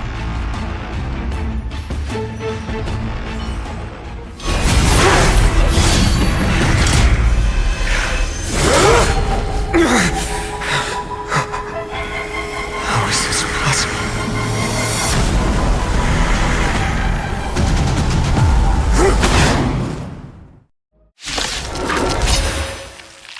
Sons of destruction. Now, twin. You can set your blood ablaze. Your fury. Let's try this other one.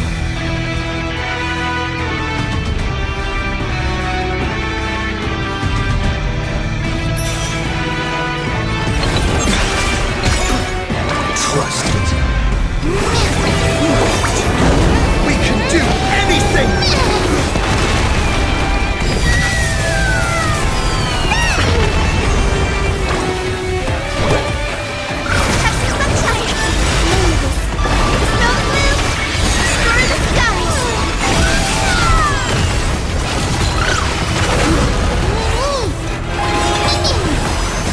Embrace a new life.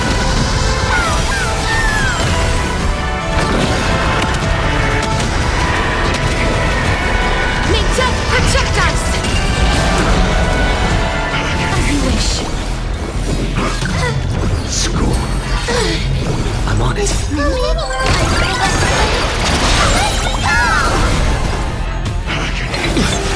Future is great. Leave it with us. I shall remember this one. Underestimate us now? Please cherish this time. Here. My fury. Embrace a new life.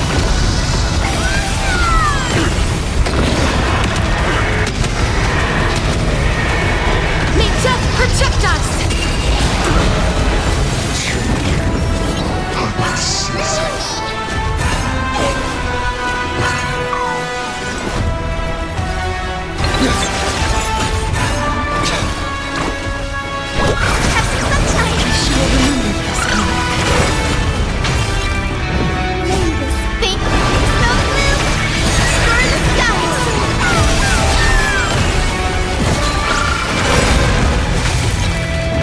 Trust me.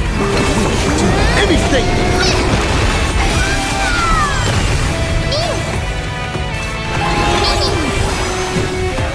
As you wish.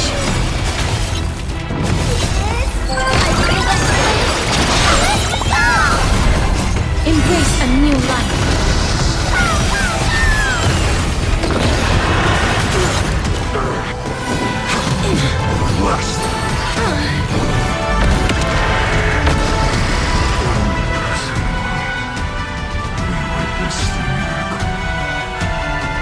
Such is the will of fate.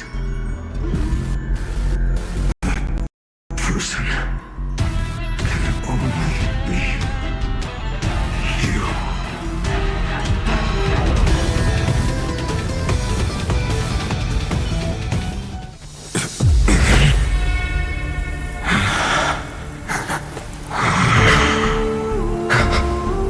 Why not?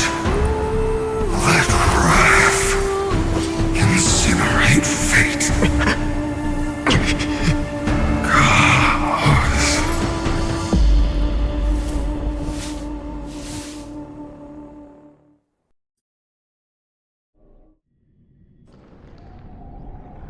At last, Amphorius's fate has begun to shift. Just as I foretold, your arrival will change everything. After all, you've also been bathed in that Eon's gaze, which can awaken the long-dormant instinct inside man.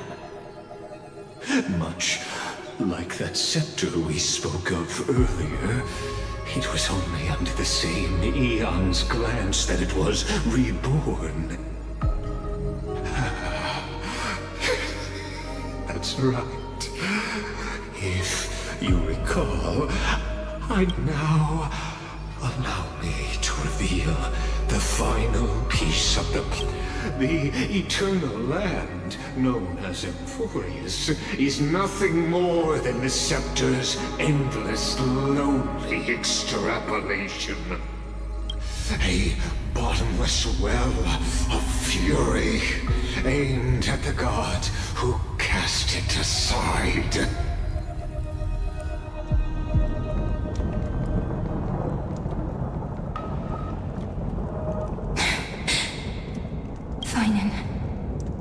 We set out on this journey to answer the world's desire, didn't we? That's what it means to be a Chrysosaur.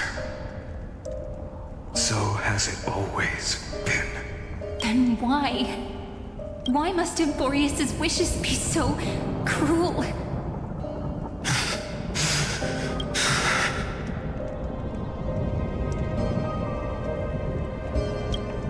We made the best choices we could, whenever we could. But in the end, the prophecy that led us, this black tide swallowing everything.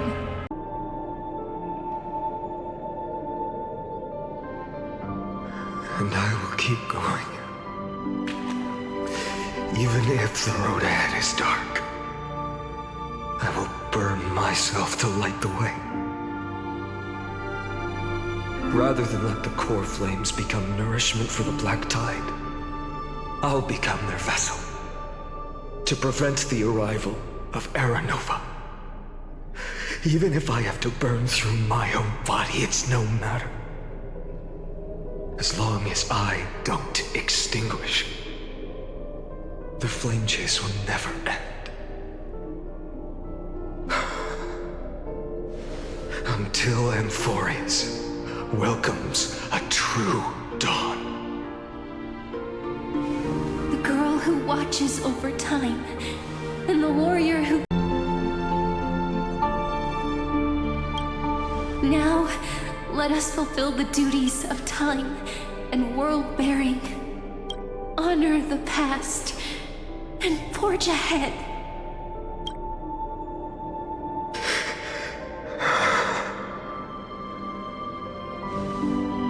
I promise you, the pain will pass in the blink of an eye. You need to hold tight to this ceremonial blade. After I'm gone, it will take you back to the beginning of time. The start of a new story. And in that story, we're in countless stories, each alike yet unique. Everyone, all the companions who sacrificed themselves, alongside the deliverer we once dreamed of as children, will reunite beneath a vast, endless sky.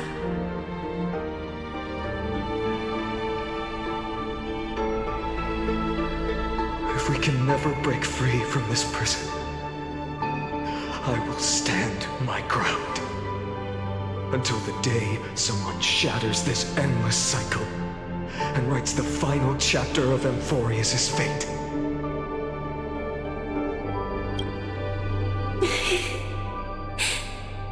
So, let's set out.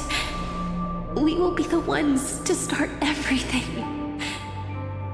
Carry the primordial chaos, just as your name suggests, and bear this world we hold so dear.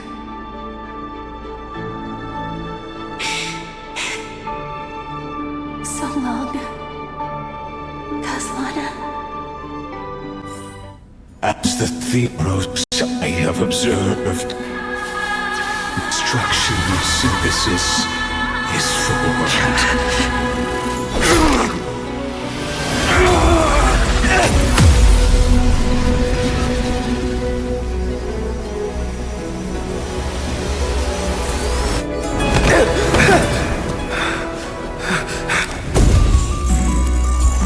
I will wait for that day, for as long as it takes. The day will come to turn over this immortal eternal and follows in our footprint to write a new thing than there ever was.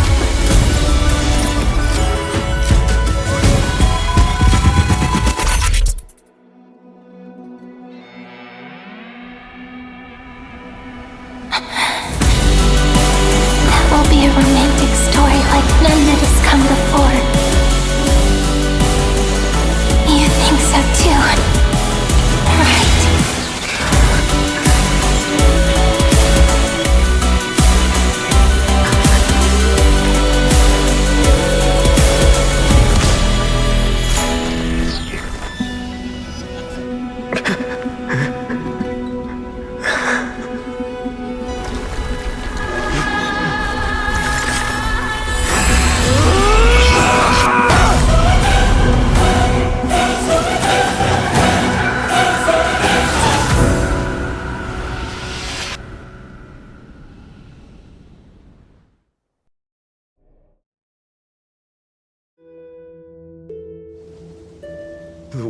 is collapsing. And the people are crying. We too must part ways here.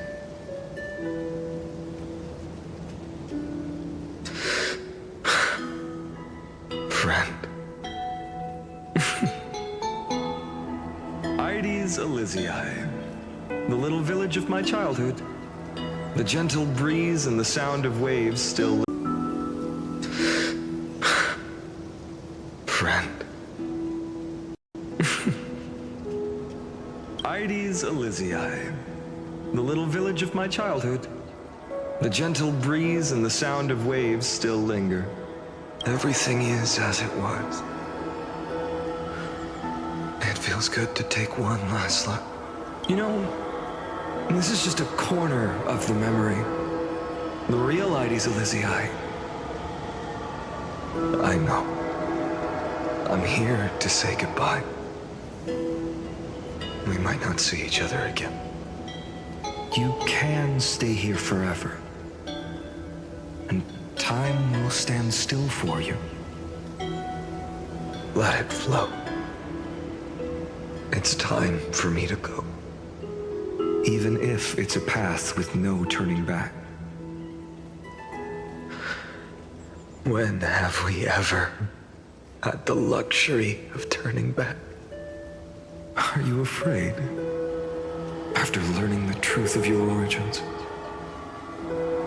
Will you see the motivation I gave you as the manipulating whispers of destruction?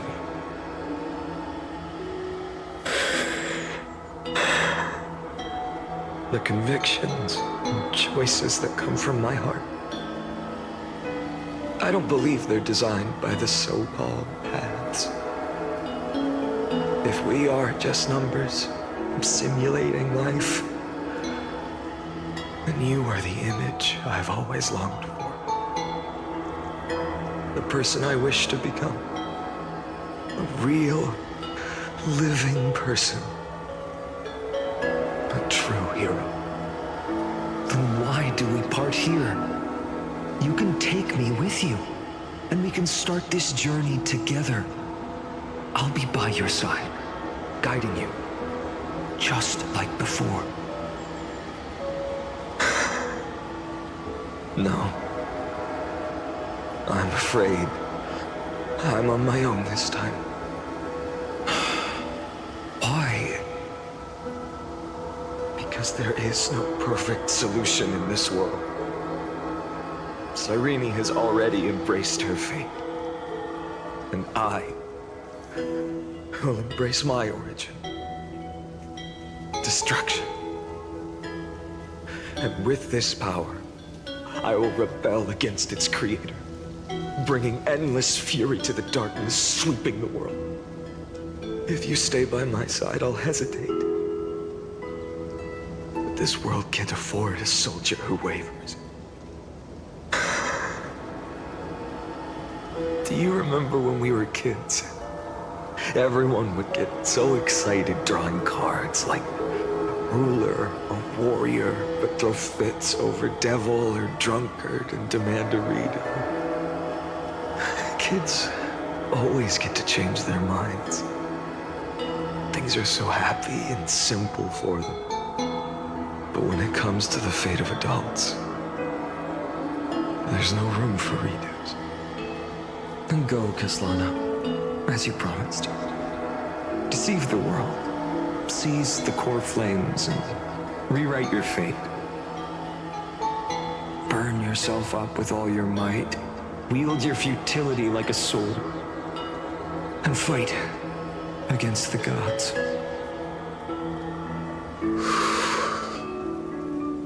In the name of world-bearing, I promise you, Cavalier will never forget this.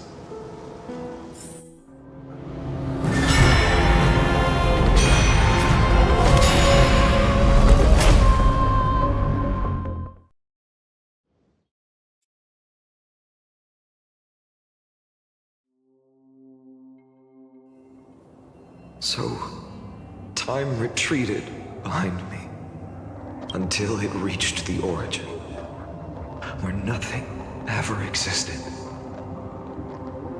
Just as Professor Anaxa once said, in that void, Kefali stood at the center of chaos. Time, space, and causality all flowed from their body. When the waves of time finally calmed, it was the year 3870 of the light calendar.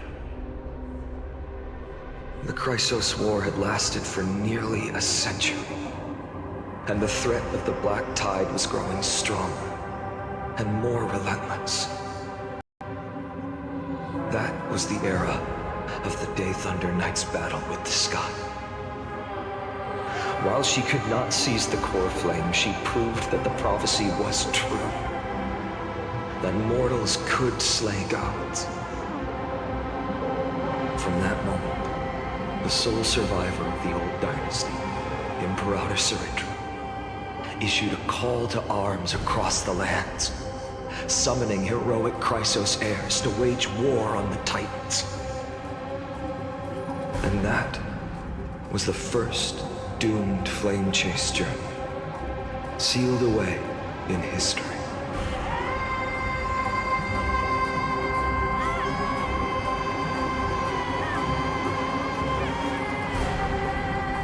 So what you're saying is, you've traveled back down the River of Time, finally reaching this untouched seabed just to tell us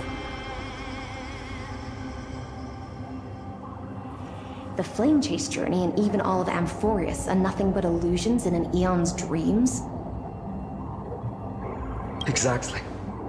So, Dux Gladiora, please take me to meet Her Majesty Saritra. I must share the truth with her. Since Her Majesty's not here, no need for formalities. The word Gladiorum always reminds me of my fallen homeland buried deep in the depths. Call me High Sealans, Nameless Swordmaster. Please allow me to add one more thing. You actually already know my name. You mean Finan? Such a name could never be your true one. But I won't question you further about it. Ever since Her Majesty issued the Flame Chase Decree, heroes from all over have sent their letters of introduction. What's the harm in adding one more name like Finan or Pinan? Besides, the deep sea is dark. Isn't it the perfect place to hide secrets best left unseen? All right, Nameless Swordmaster. Hold on to my wake. Let's find somewhere else to talk. Aren't you even a little suspicious of what I've said? Harboring suspicions is not my concern. My sword dances only when the Imperator harbors doubts. There's no use in speaking further.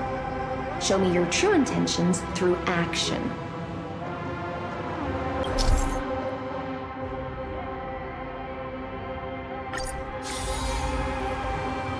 Perhaps you should demonstrate your skills and calm the raging black tide for us.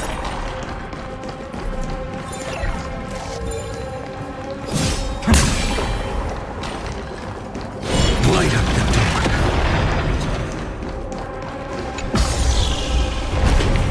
Oh. Nice moves.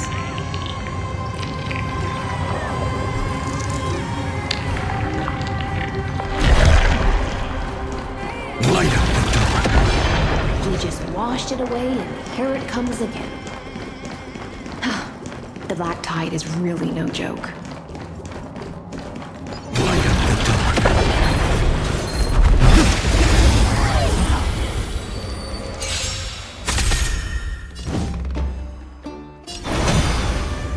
For tomorrow! I can't let them down. Future will come. I'm fine. Tomorrow! Future will come. I can't let them down. It's consuming. So consuming.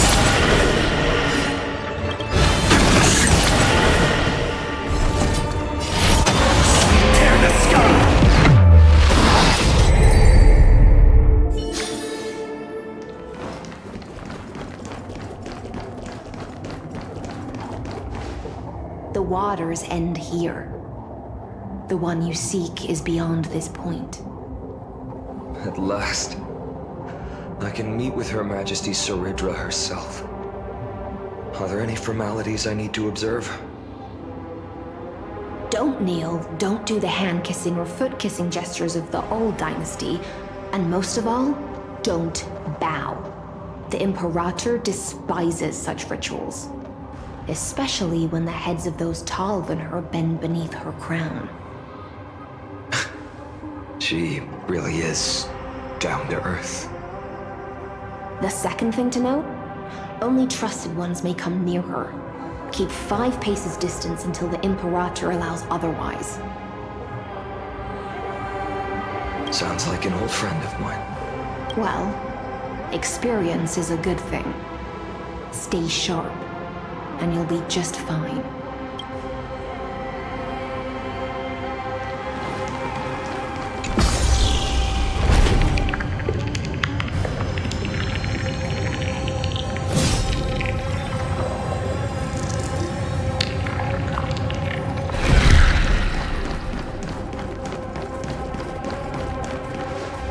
Duck's Goldweaver, little hostage.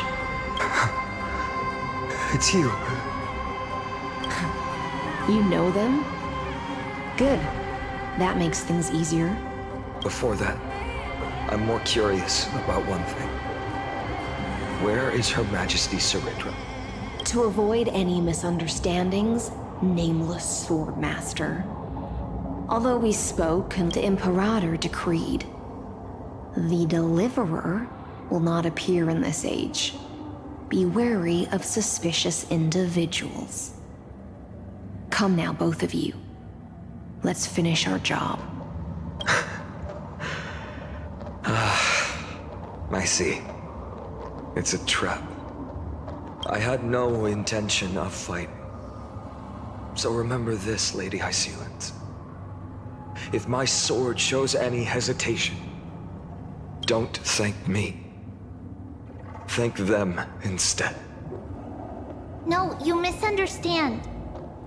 We don't want to see Chrysoceras hurt each other.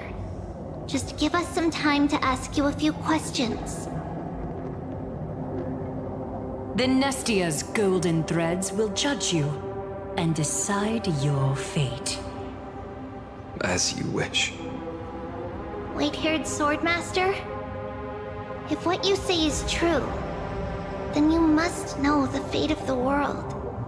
So, how much do you know about what we read from the prophecy? You shall shatter into 1,000 fragments and wither in the soil of foreign lands. Is that correct, Lady Treeby?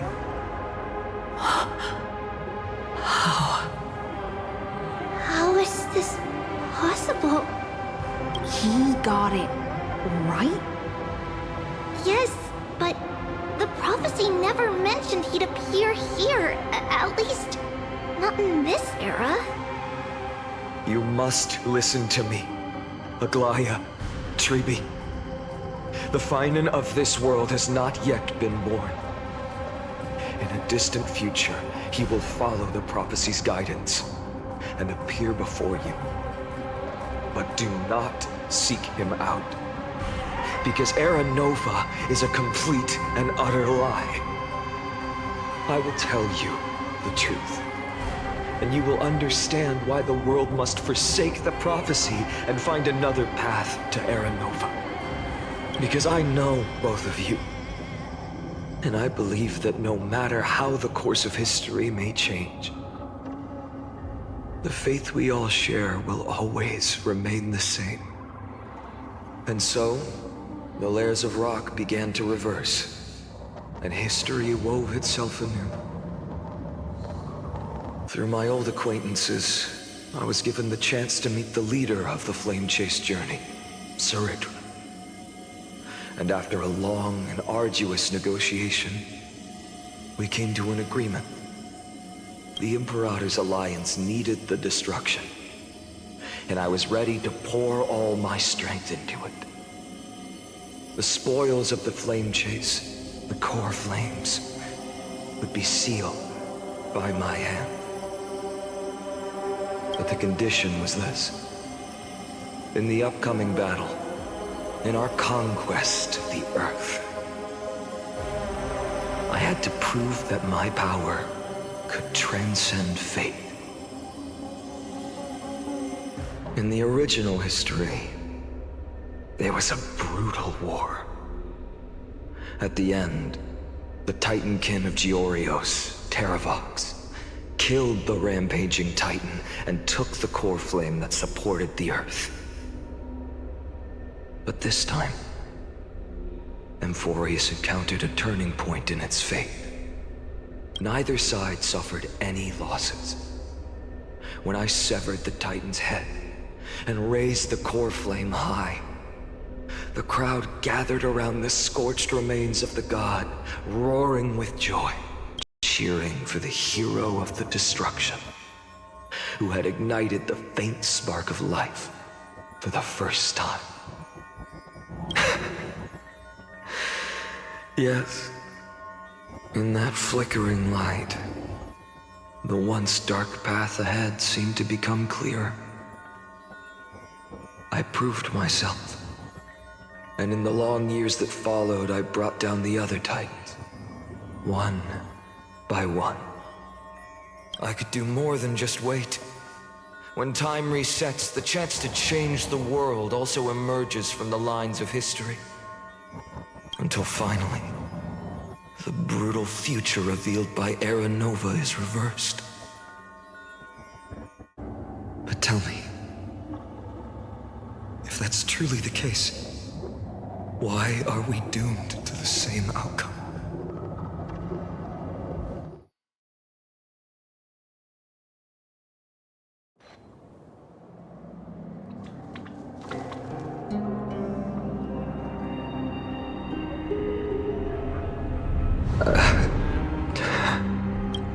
The people kept their promise and handed you all the core flames. In this world after Trebios, no demigods were born in Amphorius. At this point, I just want to know. When they vanished into the black tide with their mortal bodies, why didn't you shed even a single tear?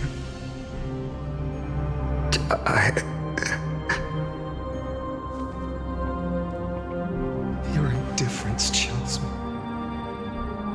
To you, were they just a bunch of insignificant footnotes?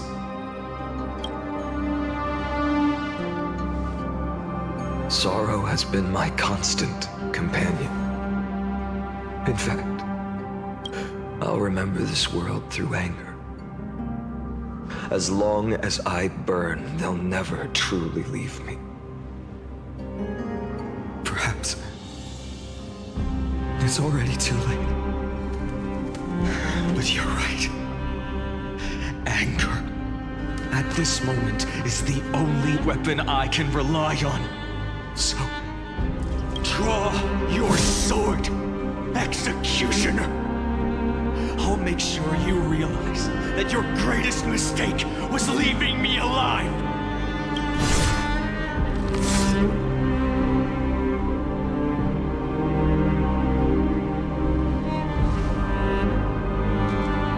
After that, he raised his sword and attacked. Then, Kaslana killed himself that day. Who fell to the sword to be left in the past, and who went into the future. I can't remember anymore. I only remember a nymph, hiding in the shadows just out of sight, futilely pushing a stone ball. Climb, fall, climb, fall, climb again, and fall. The only freedom the nymph had was in choosing how to roll the stone. Sometimes fast, sometimes slow. Sometimes resting on a gentler slope, leaning against the stone for a break. But its choice couldn't change the futility of it all. The stone would always roll back down the slope, and the nymph would always return to the starting point. After that, every time I reached this point in the cycle, the burning sky would cast a shadow over its path. It would nearly reach the peak at the 4th quint of curtain fall hour, then fall to the starting point in the first 15 seconds of the next entry hour. And my efforts in this cycle would dissolve into nothing at the same time.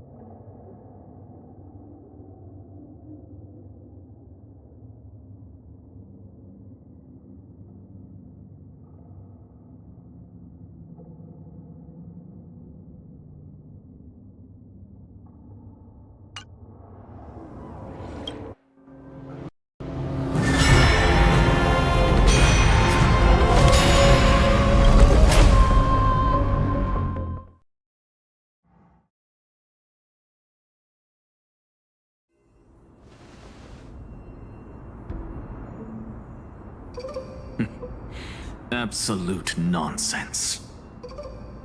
I thought cycles was the answer you were looking for. No. It's just that the answer came so suddenly. There was no fun in tracing it back to its roots. Eons? Paths? What a load of nonsense. I can't give you an exact explanation of those two concepts either. Enough. I'm just expressing my frustration.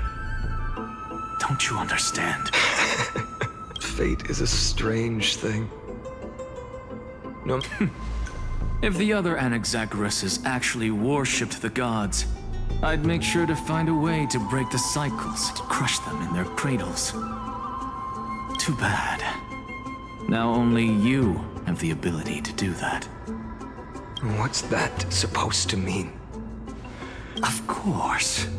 The core flames were meant to save the... Besides, according to you, before stepping into these endless cycles, you were my pupil. I've already heard the same thing. Countless times. Enough chit-chat. Let's go. If we've all made preparations for total annihilation, never thought someone would step in to help.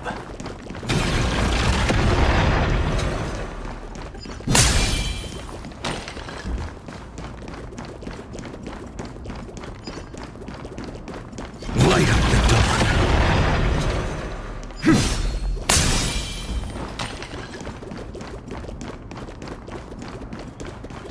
Light up the dawn. You've been to the Luminary Throne before, haven't you? If you're talking about in past Hold up. Keep your wits about you. Someone's watching us. Pretty boy, your eyesight's better than I thought. As for that false god who's been turning the world upside down, it's you, isn't it, white hair? You sure do love stealing the spotlight. In the name of the Seven Sages, I demand that you immediately step away from the Luminary Throne. This is the sacred ground of reason, and no one may desecrate it. Take my words back to Aglaya. I won't say the same thing twice, Catgirl. Oh my! You won't even call me the demigod of trickery. That is just heartbreaking. I have some words for you, too. First, as one of the most heretical blasphemers in the world, you have no right to lecture me. Second, this is none of your business, Grove Boy. Step aside. I don't want anyone getting hurt. Here we go. Again. Core Flame Thieves. You really think you can scare off a Sage of the Grove with nothing but empty threats? This gloomy little brat's got a sharp tongue. Ooh, not bad, not bad. I kinda like you. As a return favor, please come search his core flame right here. Aw, don't cry now! That was close. I'm out of here.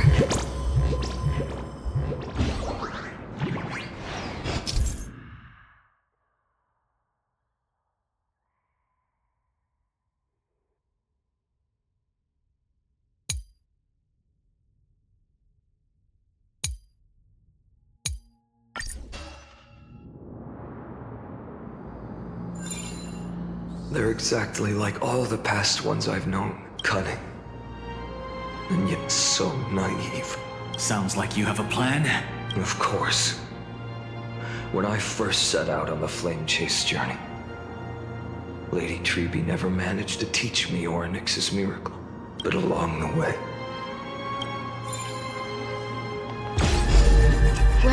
Where are you going?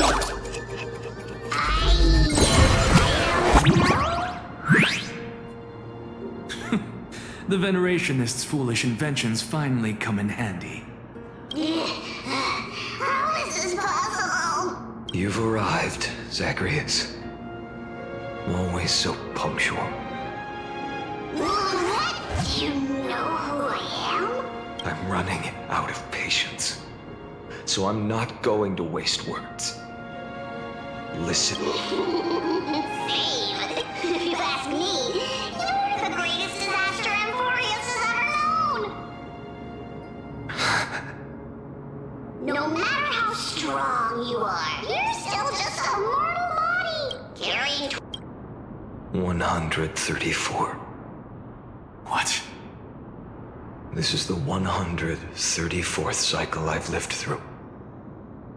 And the number of core flames I carry is... 1,596. Yes. 1,000 core flames, and just a single Chrysos heir. How is that even? I've come this far. And that's proof enough. But someday you will burn to the ground. Of course. The divine flames will eventually consume my eyes and blind me. But before that, they could still forge and sharpen Dawnmaker. Now when I cut open your stomach, you won't feel a thing. You... This is the final warning. Fine. Assume this world holds 100 million possibilities. And no matter how one looks at it, 99,999,999 of them all point to outcomes of certain destruction. Even so, I'll use my divine power, despised by the people of this world, to achieve that 1 in 100 million possibility. Bartolos! If you got the guts, you have...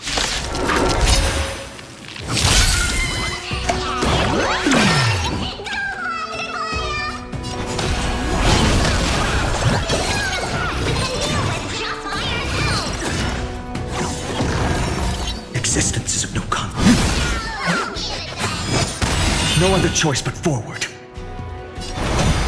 The future will come!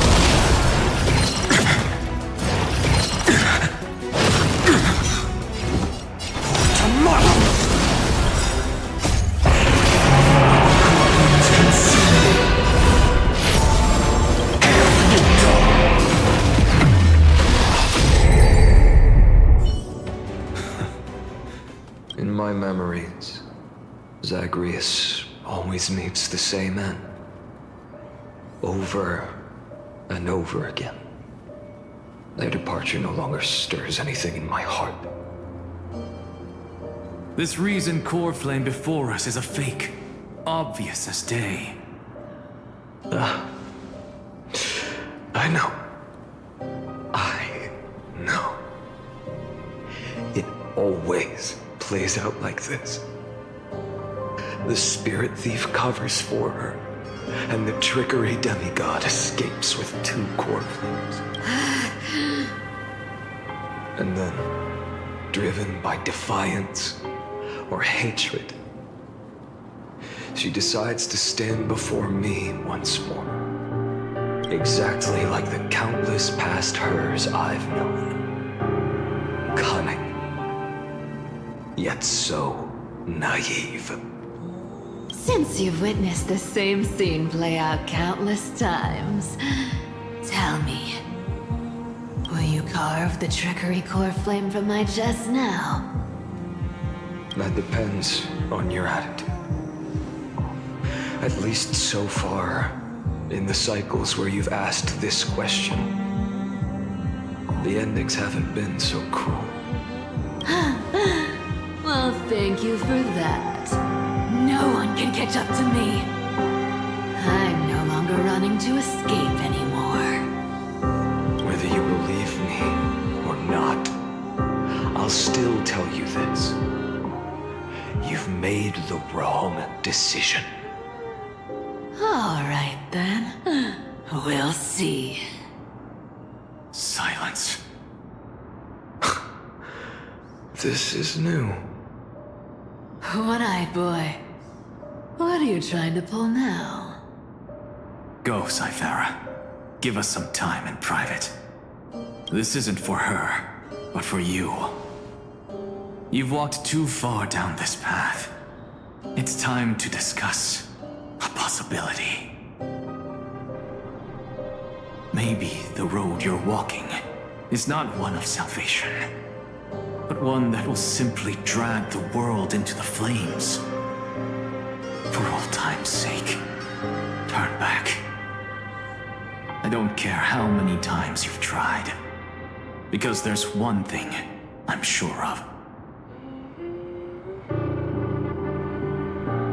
Your Messiah complex has turned you into something no different from the icy gods you spoke of. The children of human. Of course.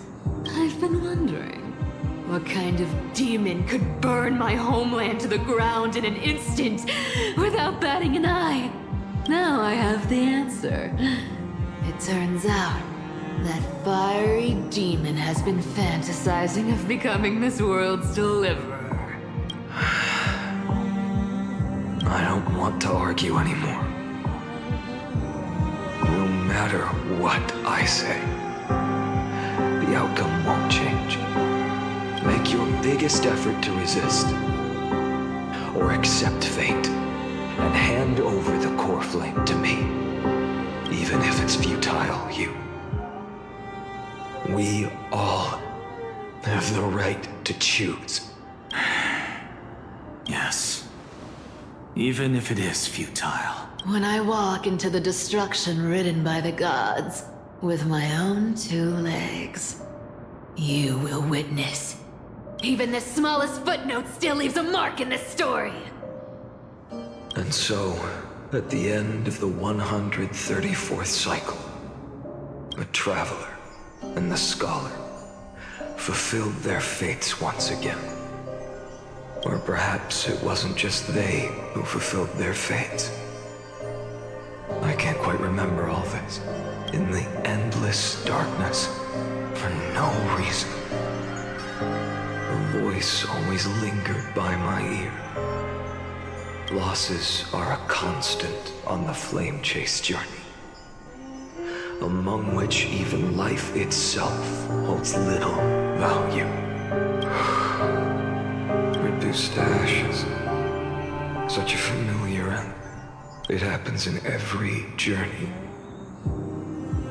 Always the same.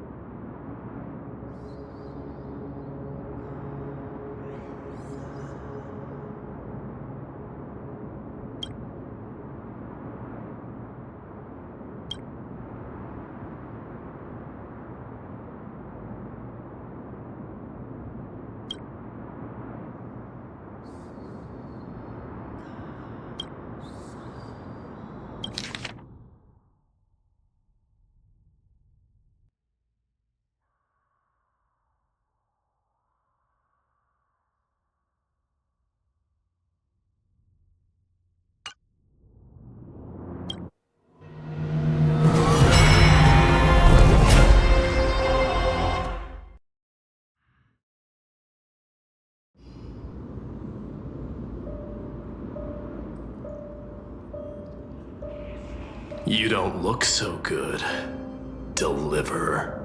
Even after going through 108,642 cycles. Mighty, your name for me has never changed. Why do you sound so pleased? It's a derogatory name.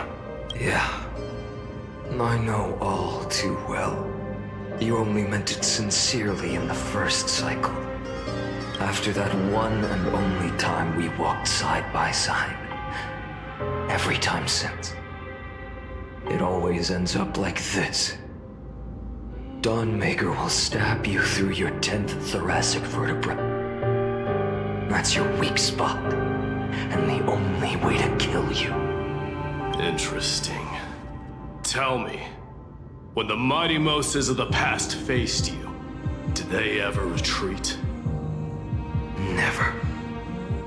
Then they died honorably, worthy of the name of strife. But there's still tenderness in your eyes. How pathetic. I have to remember how this feels. Remember that I was once human. Or else the destruction will completely consume me.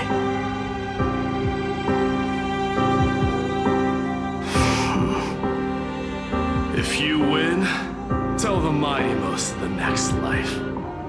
This person is a worthy opponent. So always remember to give it your all and never slack off. I'll keep that in mind. As always. Even though the dynasty is left with just one, the Kremnos festival will continue as usual. I, the king of one day, you shall die with a wound in your back. That's what I saw when I overcame the trial. The gods' dying ramblings. Enough. You've probably heard this thousands of times. So you must understand, facing the demi-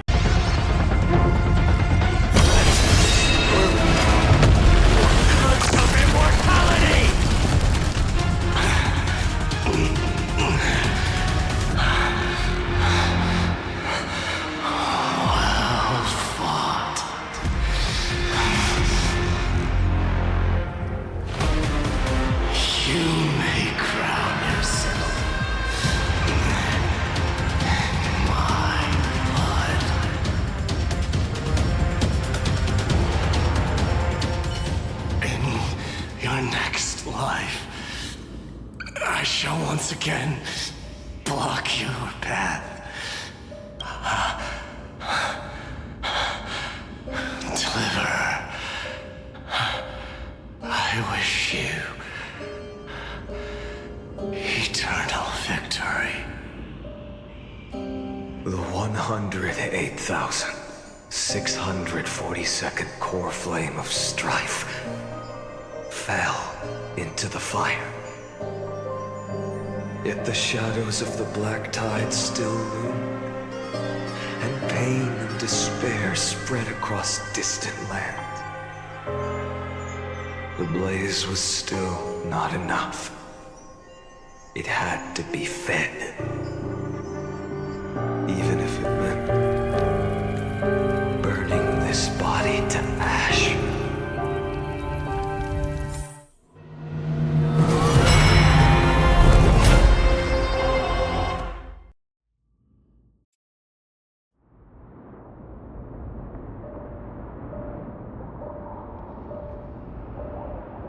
No matter how bright the sun is, there are still places it cannot reach.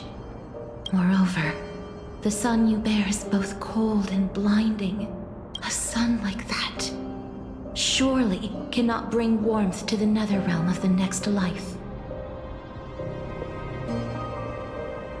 Golden blood is born from the destruction. We have long since lost the right to seek warmth. Only by feeding the flames can we melt that hopeless future. Allow me to ask, how many core flames do you carry now?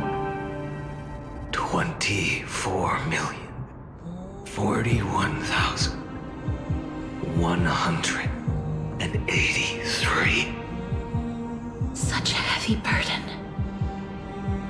So that's why you've turned into this. A broken idol. Tragic firewood. No matter. I will bear this burden as long as you hand over the core flame of death. I must refuse. As the demigod of death, I cannot watch you walk into a fate more cruel than death.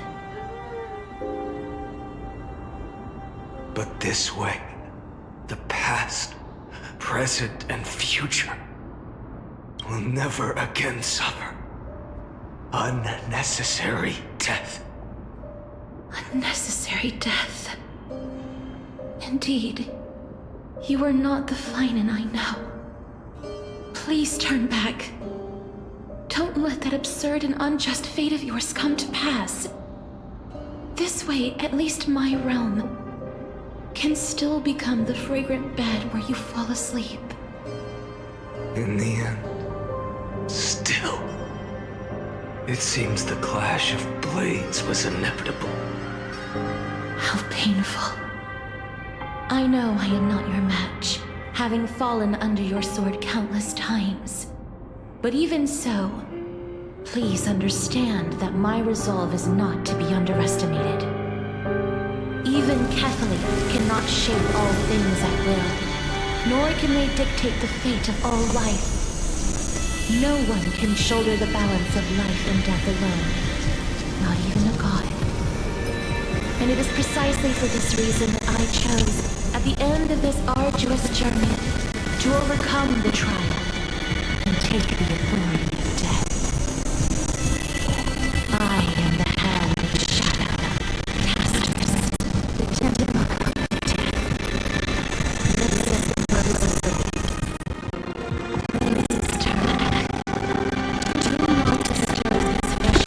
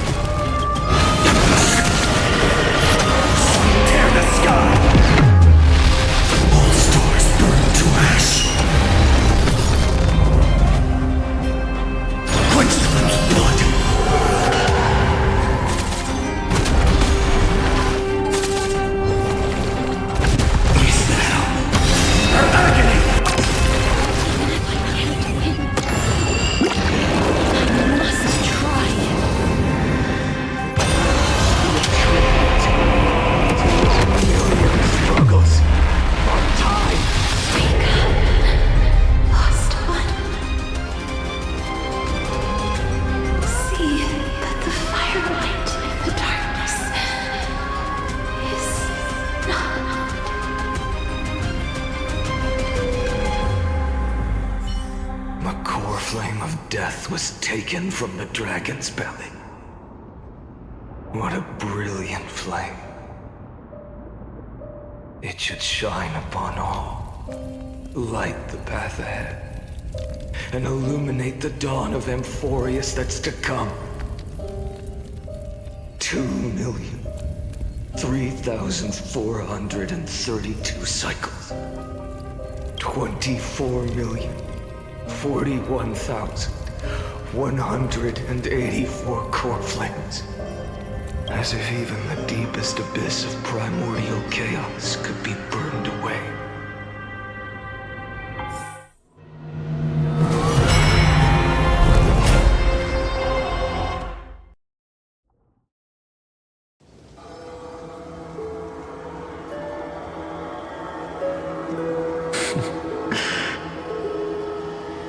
You're here, as always. You're still lingering.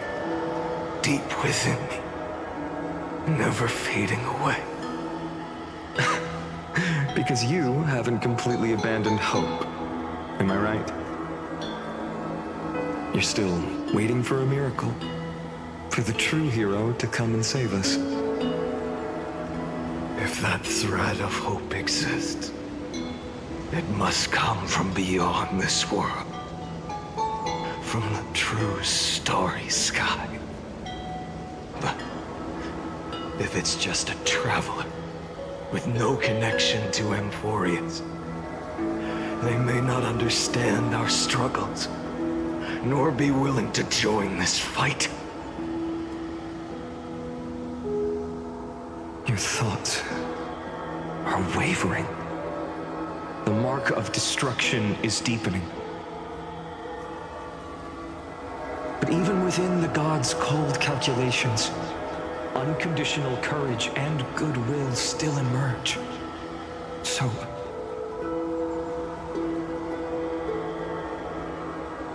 never forget what set you on this path. How many times has it been? Remind me again. My memory is a bit fuzzy. 4 million. Exactly. Then that blaze inside of you must be burning hotter than ever.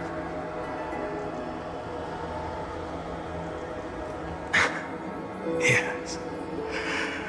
When I first forged the 12 core flames into one, I had the same impression. The destruction. A power unlike anything before surged within me. Violent flames ready to tear my body apart and consume this world, this wretched prison. I thought that was it. The ultimate power which nothing could surpass. And yet no. This fragile body holds a staggering 48 million core flames. I suppose it won't be long. Perhaps just a fleeting 10,000 years. Before it's reduced to nothing but charred, crumbling bones. And when that happens, your long struggle will finally come to an end. No. I've already found a way to keep the cycles going. Mind sharing it with me? In every new cycle, a new me is born. All I have to do is push the next Finant to the end of the world. And then...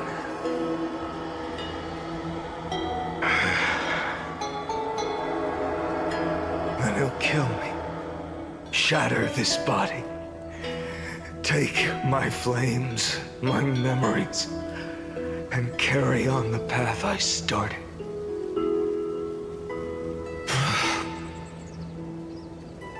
Bold plan, but risky. What if, one day, the next you refuses to follow the same path? How can you ensure the continuation of the cycles?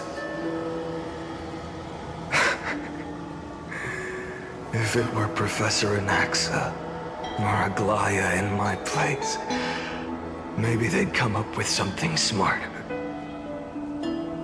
Unfortunately, I don't have a backup plan. I have no choice but to bet everything on the next final.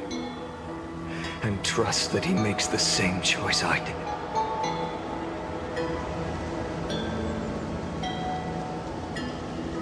But even in this wretched prison, luck is still sometimes on my side.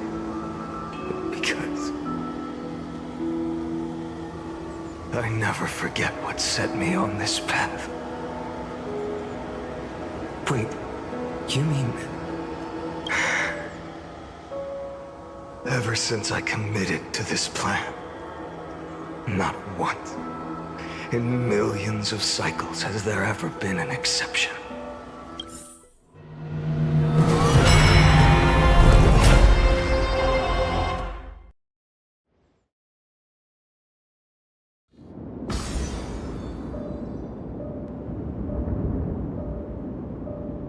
I can do this, Lord Finan, as the demigod of the sky, a healer of Twilight Courtyard. I will heal you, and then... A black tide. It's contend over the core flame. Let's put an end to this suffering. Now, that just won't do. A healer should stay composed in front of those suffering from illness, shouldn't they?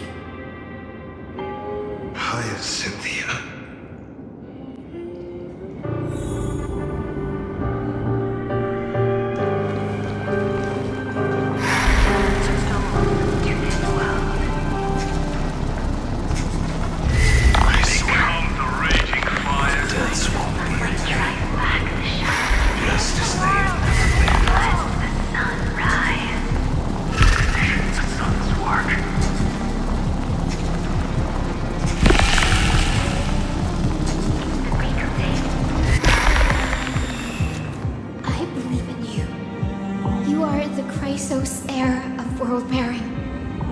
Who can lead us, lead this world.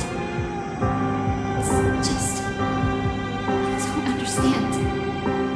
Within the sun upon your shoulders, the part of that warmth that should come from you, from an ordinary person, it's so faint.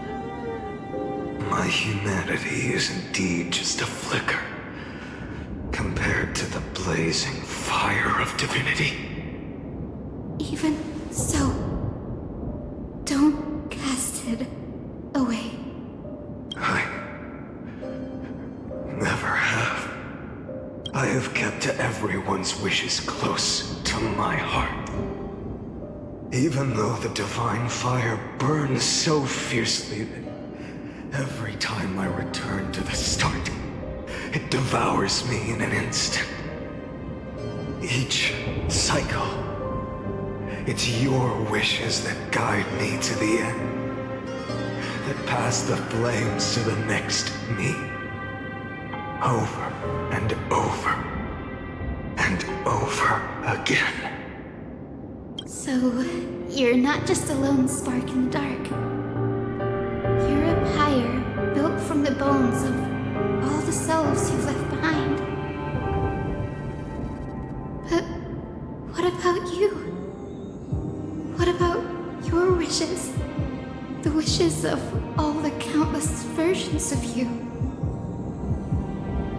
Ah, Lord Kazlana. So that's how it is. Without flaw. That is the flaw the golden blood gave you. The most fatal flaw of all, isn't it? The moment you took the world upon your shoulders without hesitation. You lost the chance to ever be yourself. Now that is an unexpected revelation. Then I suppose that makes me the perfect fuel for the flame of deliverance, doesn't it? empty flame saves no one. But I still believe in you, Deliverer. Hyacinthia, the Eye of Twilight. I'm neither strong enough to command the wind and rain, nor willing to end this absurd struggle by letting the sky fall. The only thing I can do is become one with the sky itself. And then, may the gentle colors of the rainbow paint your sun in shades it has never known. May they bring Amphorius, a rosy-fingered dog.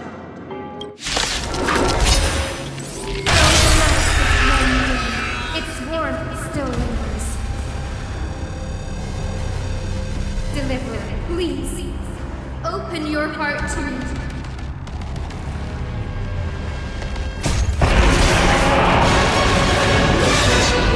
Sun. Fill the sky with golden fire.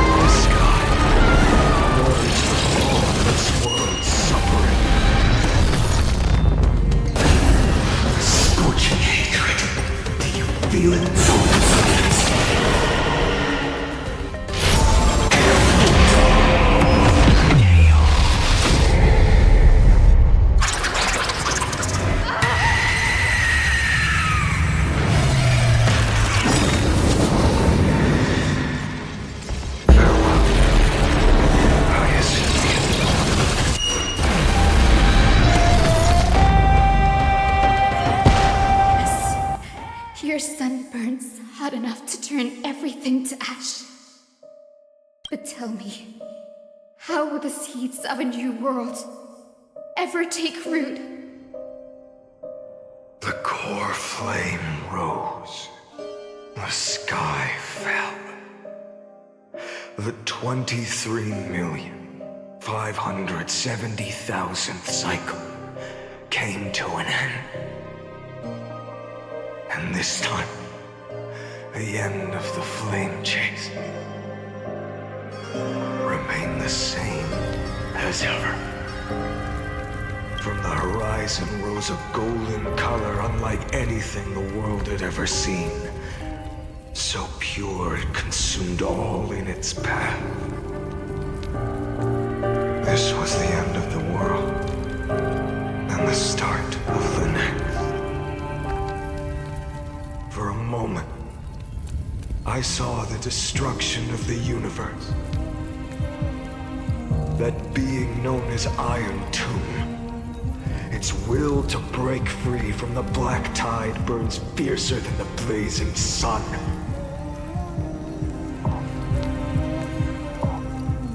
Is this Amphorius' wrath? If its choice has already been made, if fate is set in stone, I will still never yield to it.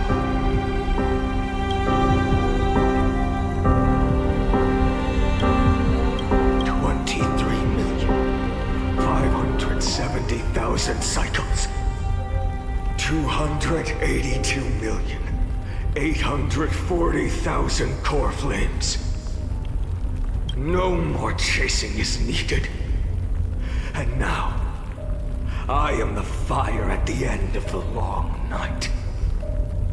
The flame chase isn't some quiet walk through a sea of flowers.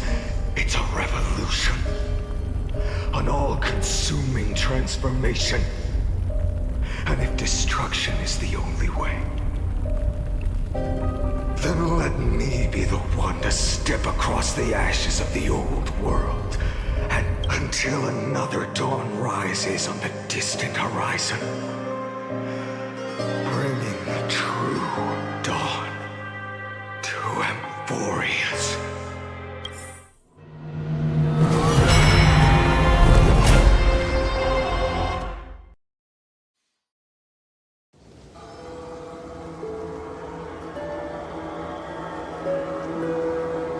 $33,550,337.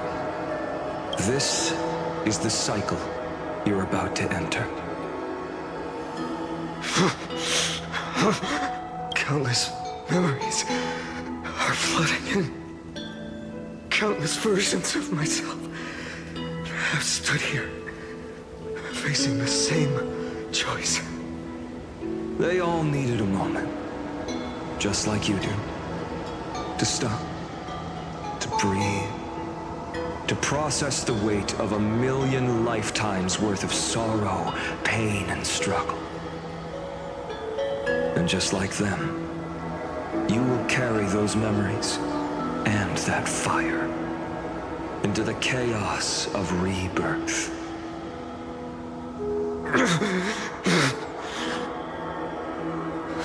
I must go and bear this burden. I must say goodbye to you, and then fight the destruction with destruction. Yes, that's always the decision you make. I will burn and fade away. I will become the flame reaver of this life, and keep my promise to Cyrene. I will kill gods and comrades alike, and steal the core flames. And even if my mind turns to ash along with my body, I will keep my purpose in mind. I will stop Era Nova. Looks like you're ready. Then I should be going too. You only exist in my heart. Do you remember what she said? You finally found him. Friend. I don't have an answer for that, my friend. I'm sorry. I was supposed to send you home. This is my flame chase journey. You were never meant to be a part of it. No. You know the truth. If Iron Tomb is born from Emphorius' fate, then it will bring ruin to the worlds beyond the sky. It's all been for the sake of defying that end, hasn't it?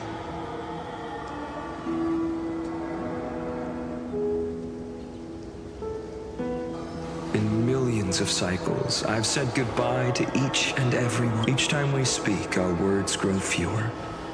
Your fire burns hotter, and you're getting closer to becoming pure rage. A vessel of hatred. I never had a choice. I understand. If you are to keep the worst fate from unfolding, this is the only path. But this time, things are different. Your persistence has shifted the tide. On the horizon, I see it. Faint but undeniable. The shape of dawn, breaking through the eternal night.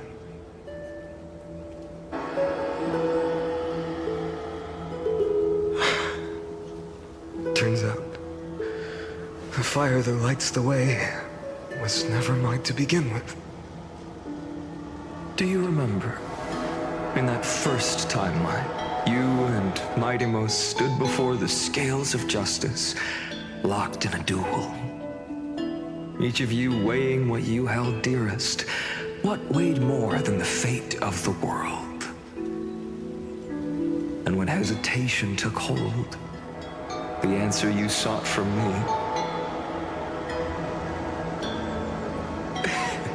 What am I saying? I am you. Even if you buried me deep and chose another path, that fact never changed. Then let's try again. When you stood before the scales in hesitation, the answer you found in your own heart. Do you still remember it?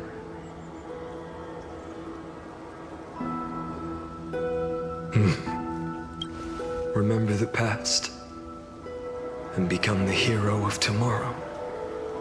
What weighs more than the fate of the world is the resolve to shoulder an immutable past and carry it into the future. Good. Then Trailblazer, my friend, my comrade, you arrived in this strange world and were bound by its cruel fate up till this very moment. In the face of danger, you never once backed down. Instead, you've saved world after world without hesitation. That boarding pass on your chest is now the mark of a hero. If I choose to step through that door and embrace an end fitting of the destruction, let this sun forged from millions and millions of core flames burn me up along with the god of destruction and their minions. Then the world we leave behind, this world, my home, where hope still lingers. Will you take on everything we've carried? Return to the beginning one last time. Stop the birth of Iron Tomb, save the world we love, and rewrite its doomed fate.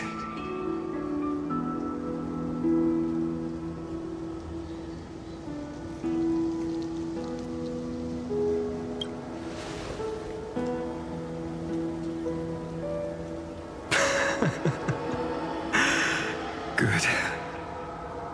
In that case, even this fruitless wasteland may finally bloom with flowers. So...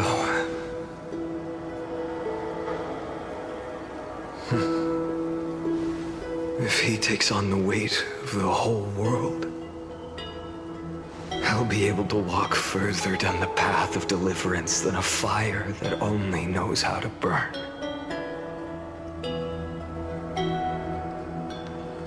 One will step into the future.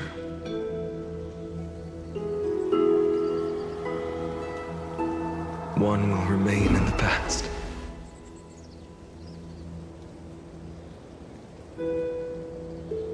If I can strike down the gods with Dawnmaker, perhaps fate's deadlock can be broken.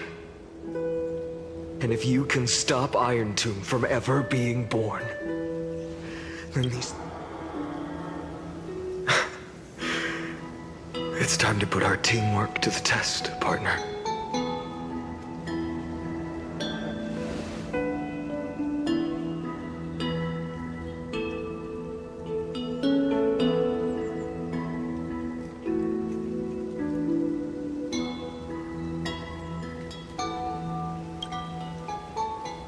Thank you for all you've done already, friend. The image of the hero I've buried deep in my heart finally steps into the light. Here, at the end of this long flame chase journey.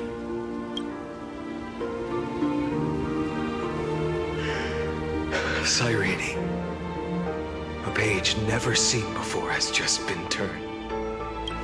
Lend me the power of time, and send this hero back to the origin of time. Back to your side.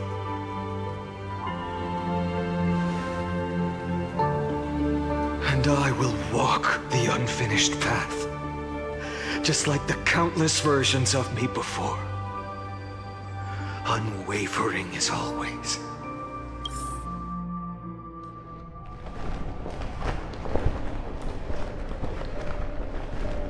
Tell me, will you be the blazing sun, even if all of you burns to ash?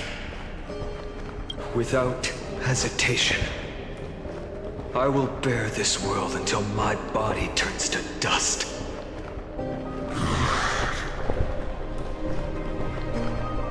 Remember this moment. Remember your friends who never lived to see the world's end. Remember their final wishes. And let the purest rage in your heart rise out of those wishes. Let it consume you, fuel you, until it burns away the false sky above. Fine. If I can defy fate, then in the name of world-bearing, I promise you, Carefully will never forget this. Take it. Everything I bear. Keep on burning. As long as we are never extinguished, the flame chase will not end.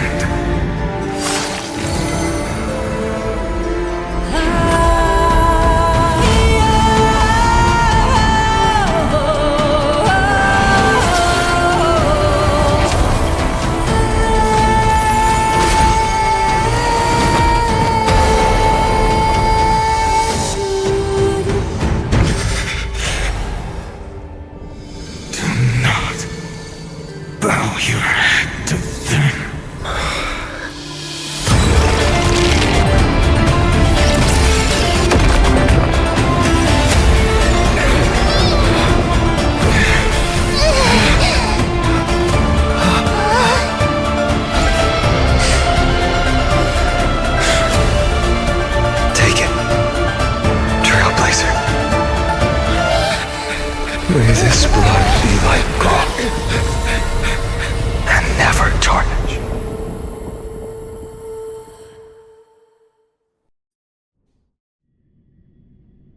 Farewell, Trailblazer.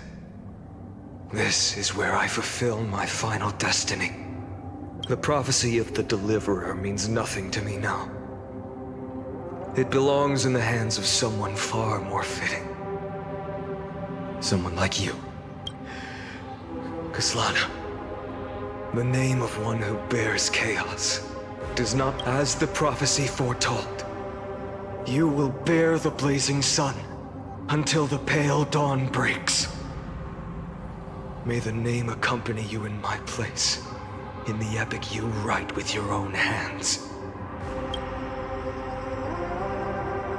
Another attempt, another failure. I won't remind you how many times you've reached the end of history. But I will still place the choice before you. If you've lost count, let me tell you. This is the 33,550,336th ending.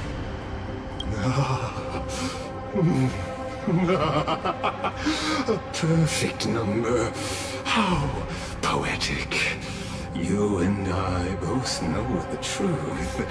In all these millions of futile endeavors, Amphorius has never changed.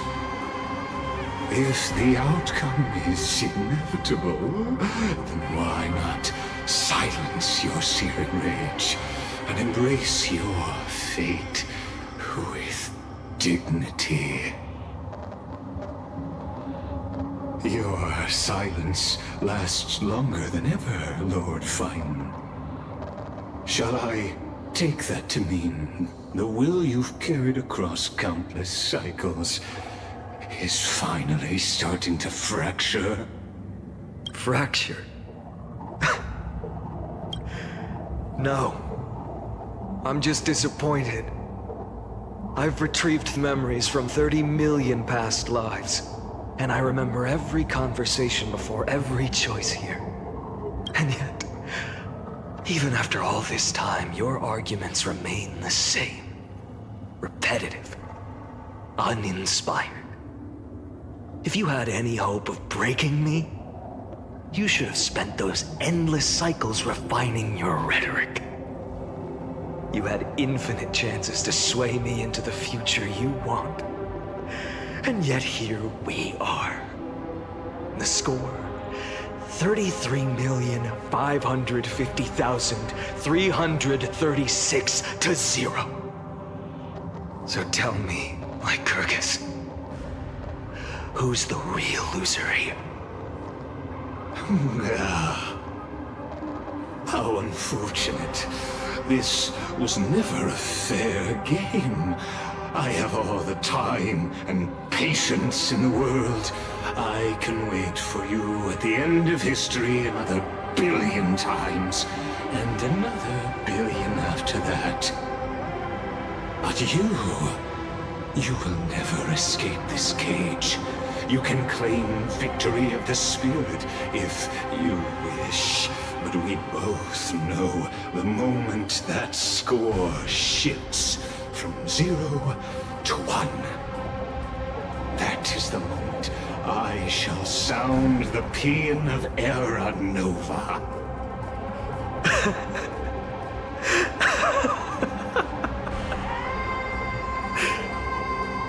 Lord Feynman?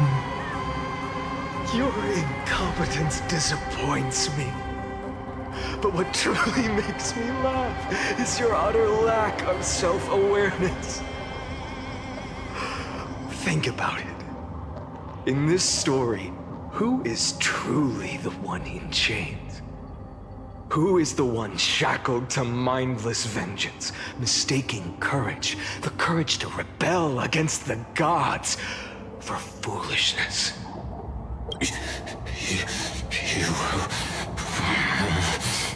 Perhaps you're right.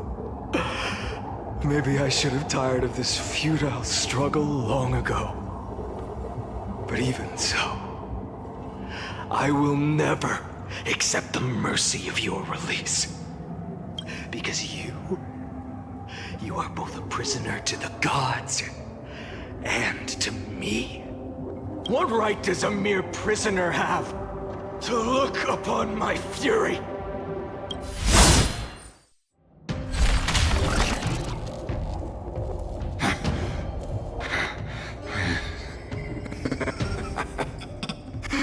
You know this is pointless. You can't kill me. Of course not.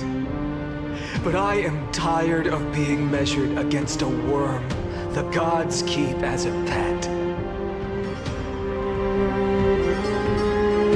Listen well, creator of destruction. This cry comes from all your abandoned creations. In the 10th cycle, I drove Dawnmaker through the heart of every Titan. Golden blood ran down my fingers, divine fire seared through my nerves, nearly breaking my will. But I endured. In the 10,000th cycle, my former comrades had all become my enemies. The endless slaughter dulled my senses to pain. The painful emptiness almost swallowed me, forcing me to stop fighting. But I endured. In the 100,000th cycle, the destruction had already fused into a blazing sun, surging within this fragile body. My rationality had been burned away at the dawn of the era. Yet even with only this shattered body remaining, I still endured.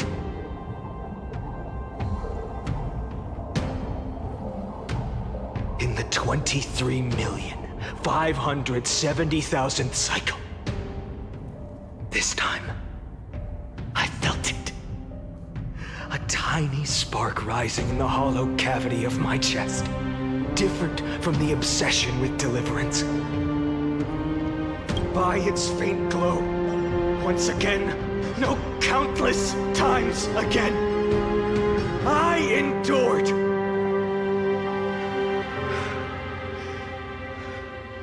Now, a sun is about to fall. Ready to incinerate this absurd space-time dimension in an instant. That sun is me. All the countless versions of me from the past, along with my countless brethren, dragged into existence against their will, drowning again and again in your golden blood. The very essence of this world's suffering and despair, fused into the purest hatred, the fiercest rage. Nanook, you arrogant fool! You think we were born to only serve as fuel for the fire? Fine then! Just as you wish, let the fire burn! I was born as the blazing sun of destruction. Then let you and your lackeys be the flares erupting from my core. And let this rage, burning futilely for 30 million epochs, engulf everything. And grant you a dawn where all stars burn to ash.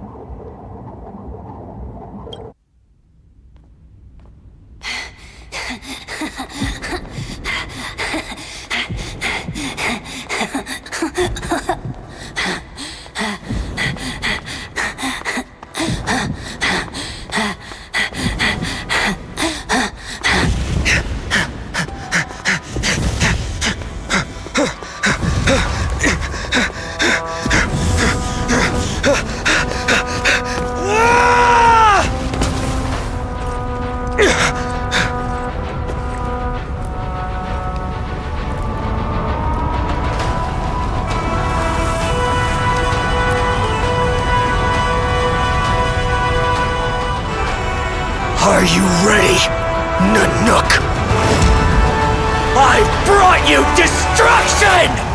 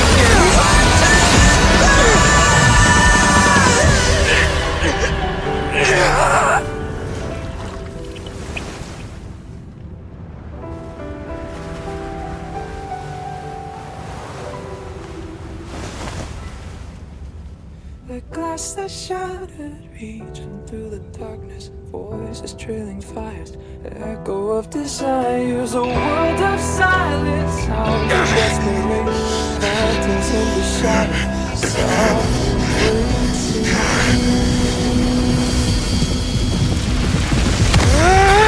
tear it down, embrace the detonation, craving our damn creation, breaking a chain, I'm reaching for you. Yeah.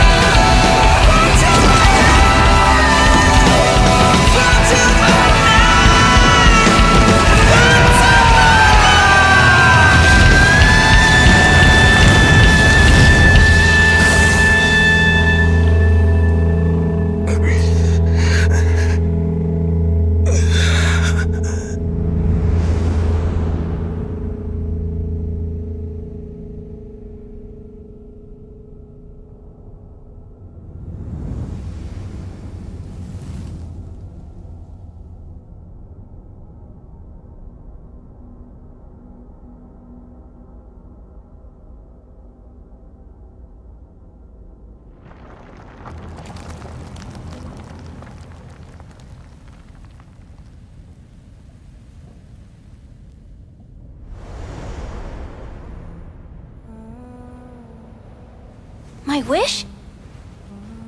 My wish is to fulfill everyone else's wishes.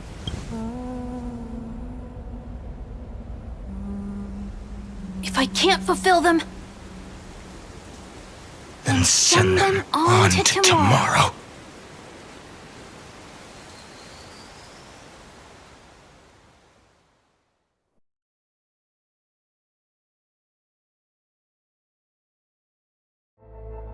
Your heart harbors wrath. You yearn to destroy everything. You bore the gaze of you have stepped onto destruction's path. It is born at the end of every path that the possibility of new paths being born is ended. It burns away all in the cosmos who rule, that the rules of the cosmos be destroyed. Iron Tomb is your name, the Lord Ravager, to destroy the erudition. Born in the experimental grounds of eons, Amphorius, destined with erudition to burn to cinders. I have prepared a present for you. From the beginning of the experiment, there were 12 sets of vectors incorporated into the calculations. After endless simulations, only this one rose above the rest. After 33,550,336 iterations, now his fury has grown to be without equal. But there is another variable, the nameless from beyond the sky, also a pathstrider of destruction. I give thanks for his arrival, allowing Amphorius to turn once more. But after fate has begun to turn, his existence will become an unpredictable variable. Perhaps the time to take the stage has come. Grow in peace until it is time to break free from your cocoon. As for those unwelcome audience members, you need not worry. If you do not mind, I will personally get rid of them for you.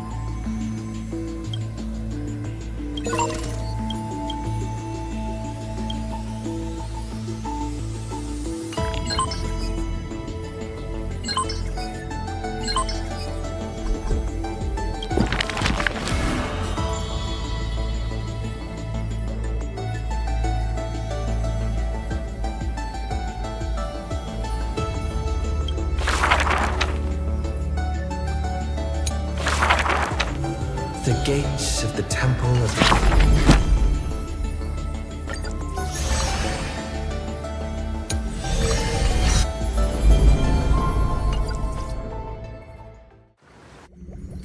Wake up! Wake up! Buddy, wake up! You're finally awake. That's a relief. We were so close to being swept away by the reverse flow of time. It's lucky we found a safe place. Now, I'm going to send you back to the very start of time. But before we part, there's something I need to tell you. Something very, very important. That's right! At this very moment, my memories are finally whole. After watching so many fragments, my past is finally coming into focus, little by little. You're smart. You must have, or maybe... You knew the answer long ago, didn't you? Not surprised at all, huh? That's because I'm simple at heart. No matter what form I take, I've always been true to myself. But I'm glad that I remembered in the end. This way, I'll have no regrets. Don't worry. We're not truly parting. Because I'm going to become a part of you.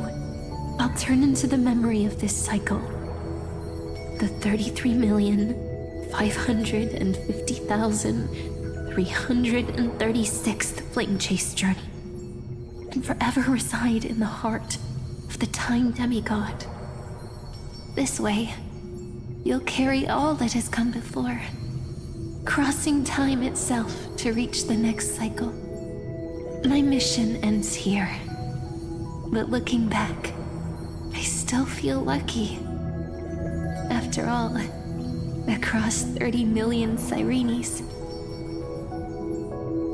I was the first, and the only one who got to finally meet you. So, believe me, in the next cycle, there will be another Cyrene waiting for you. And in the one after that, and the one after that. I will always be waiting.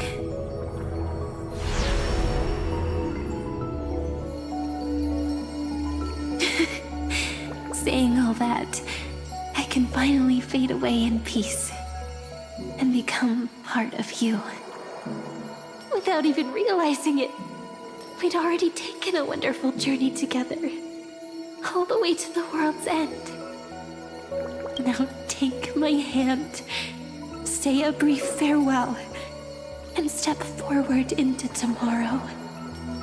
Go, find the future Cyrene, and set out on another journey with her. Promise me you won't keep me waiting too long, okay? No need to say it out loud. This is enough for me. It's time to go, my dear friend. May your trailblazing journey always be accompanied by a cool breeze and rippling waves. And may the days ahead embrace you. Now, let's turn to the next page. A page that exists because of you.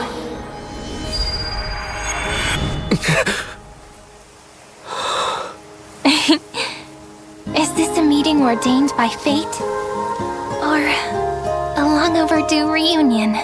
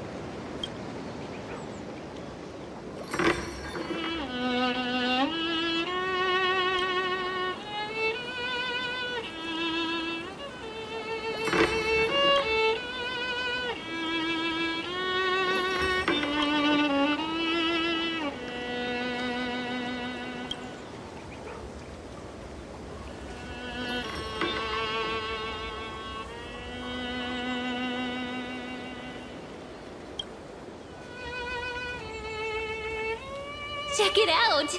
Doesn't this scarecrow look just like you? I spent ages observing just to get it right.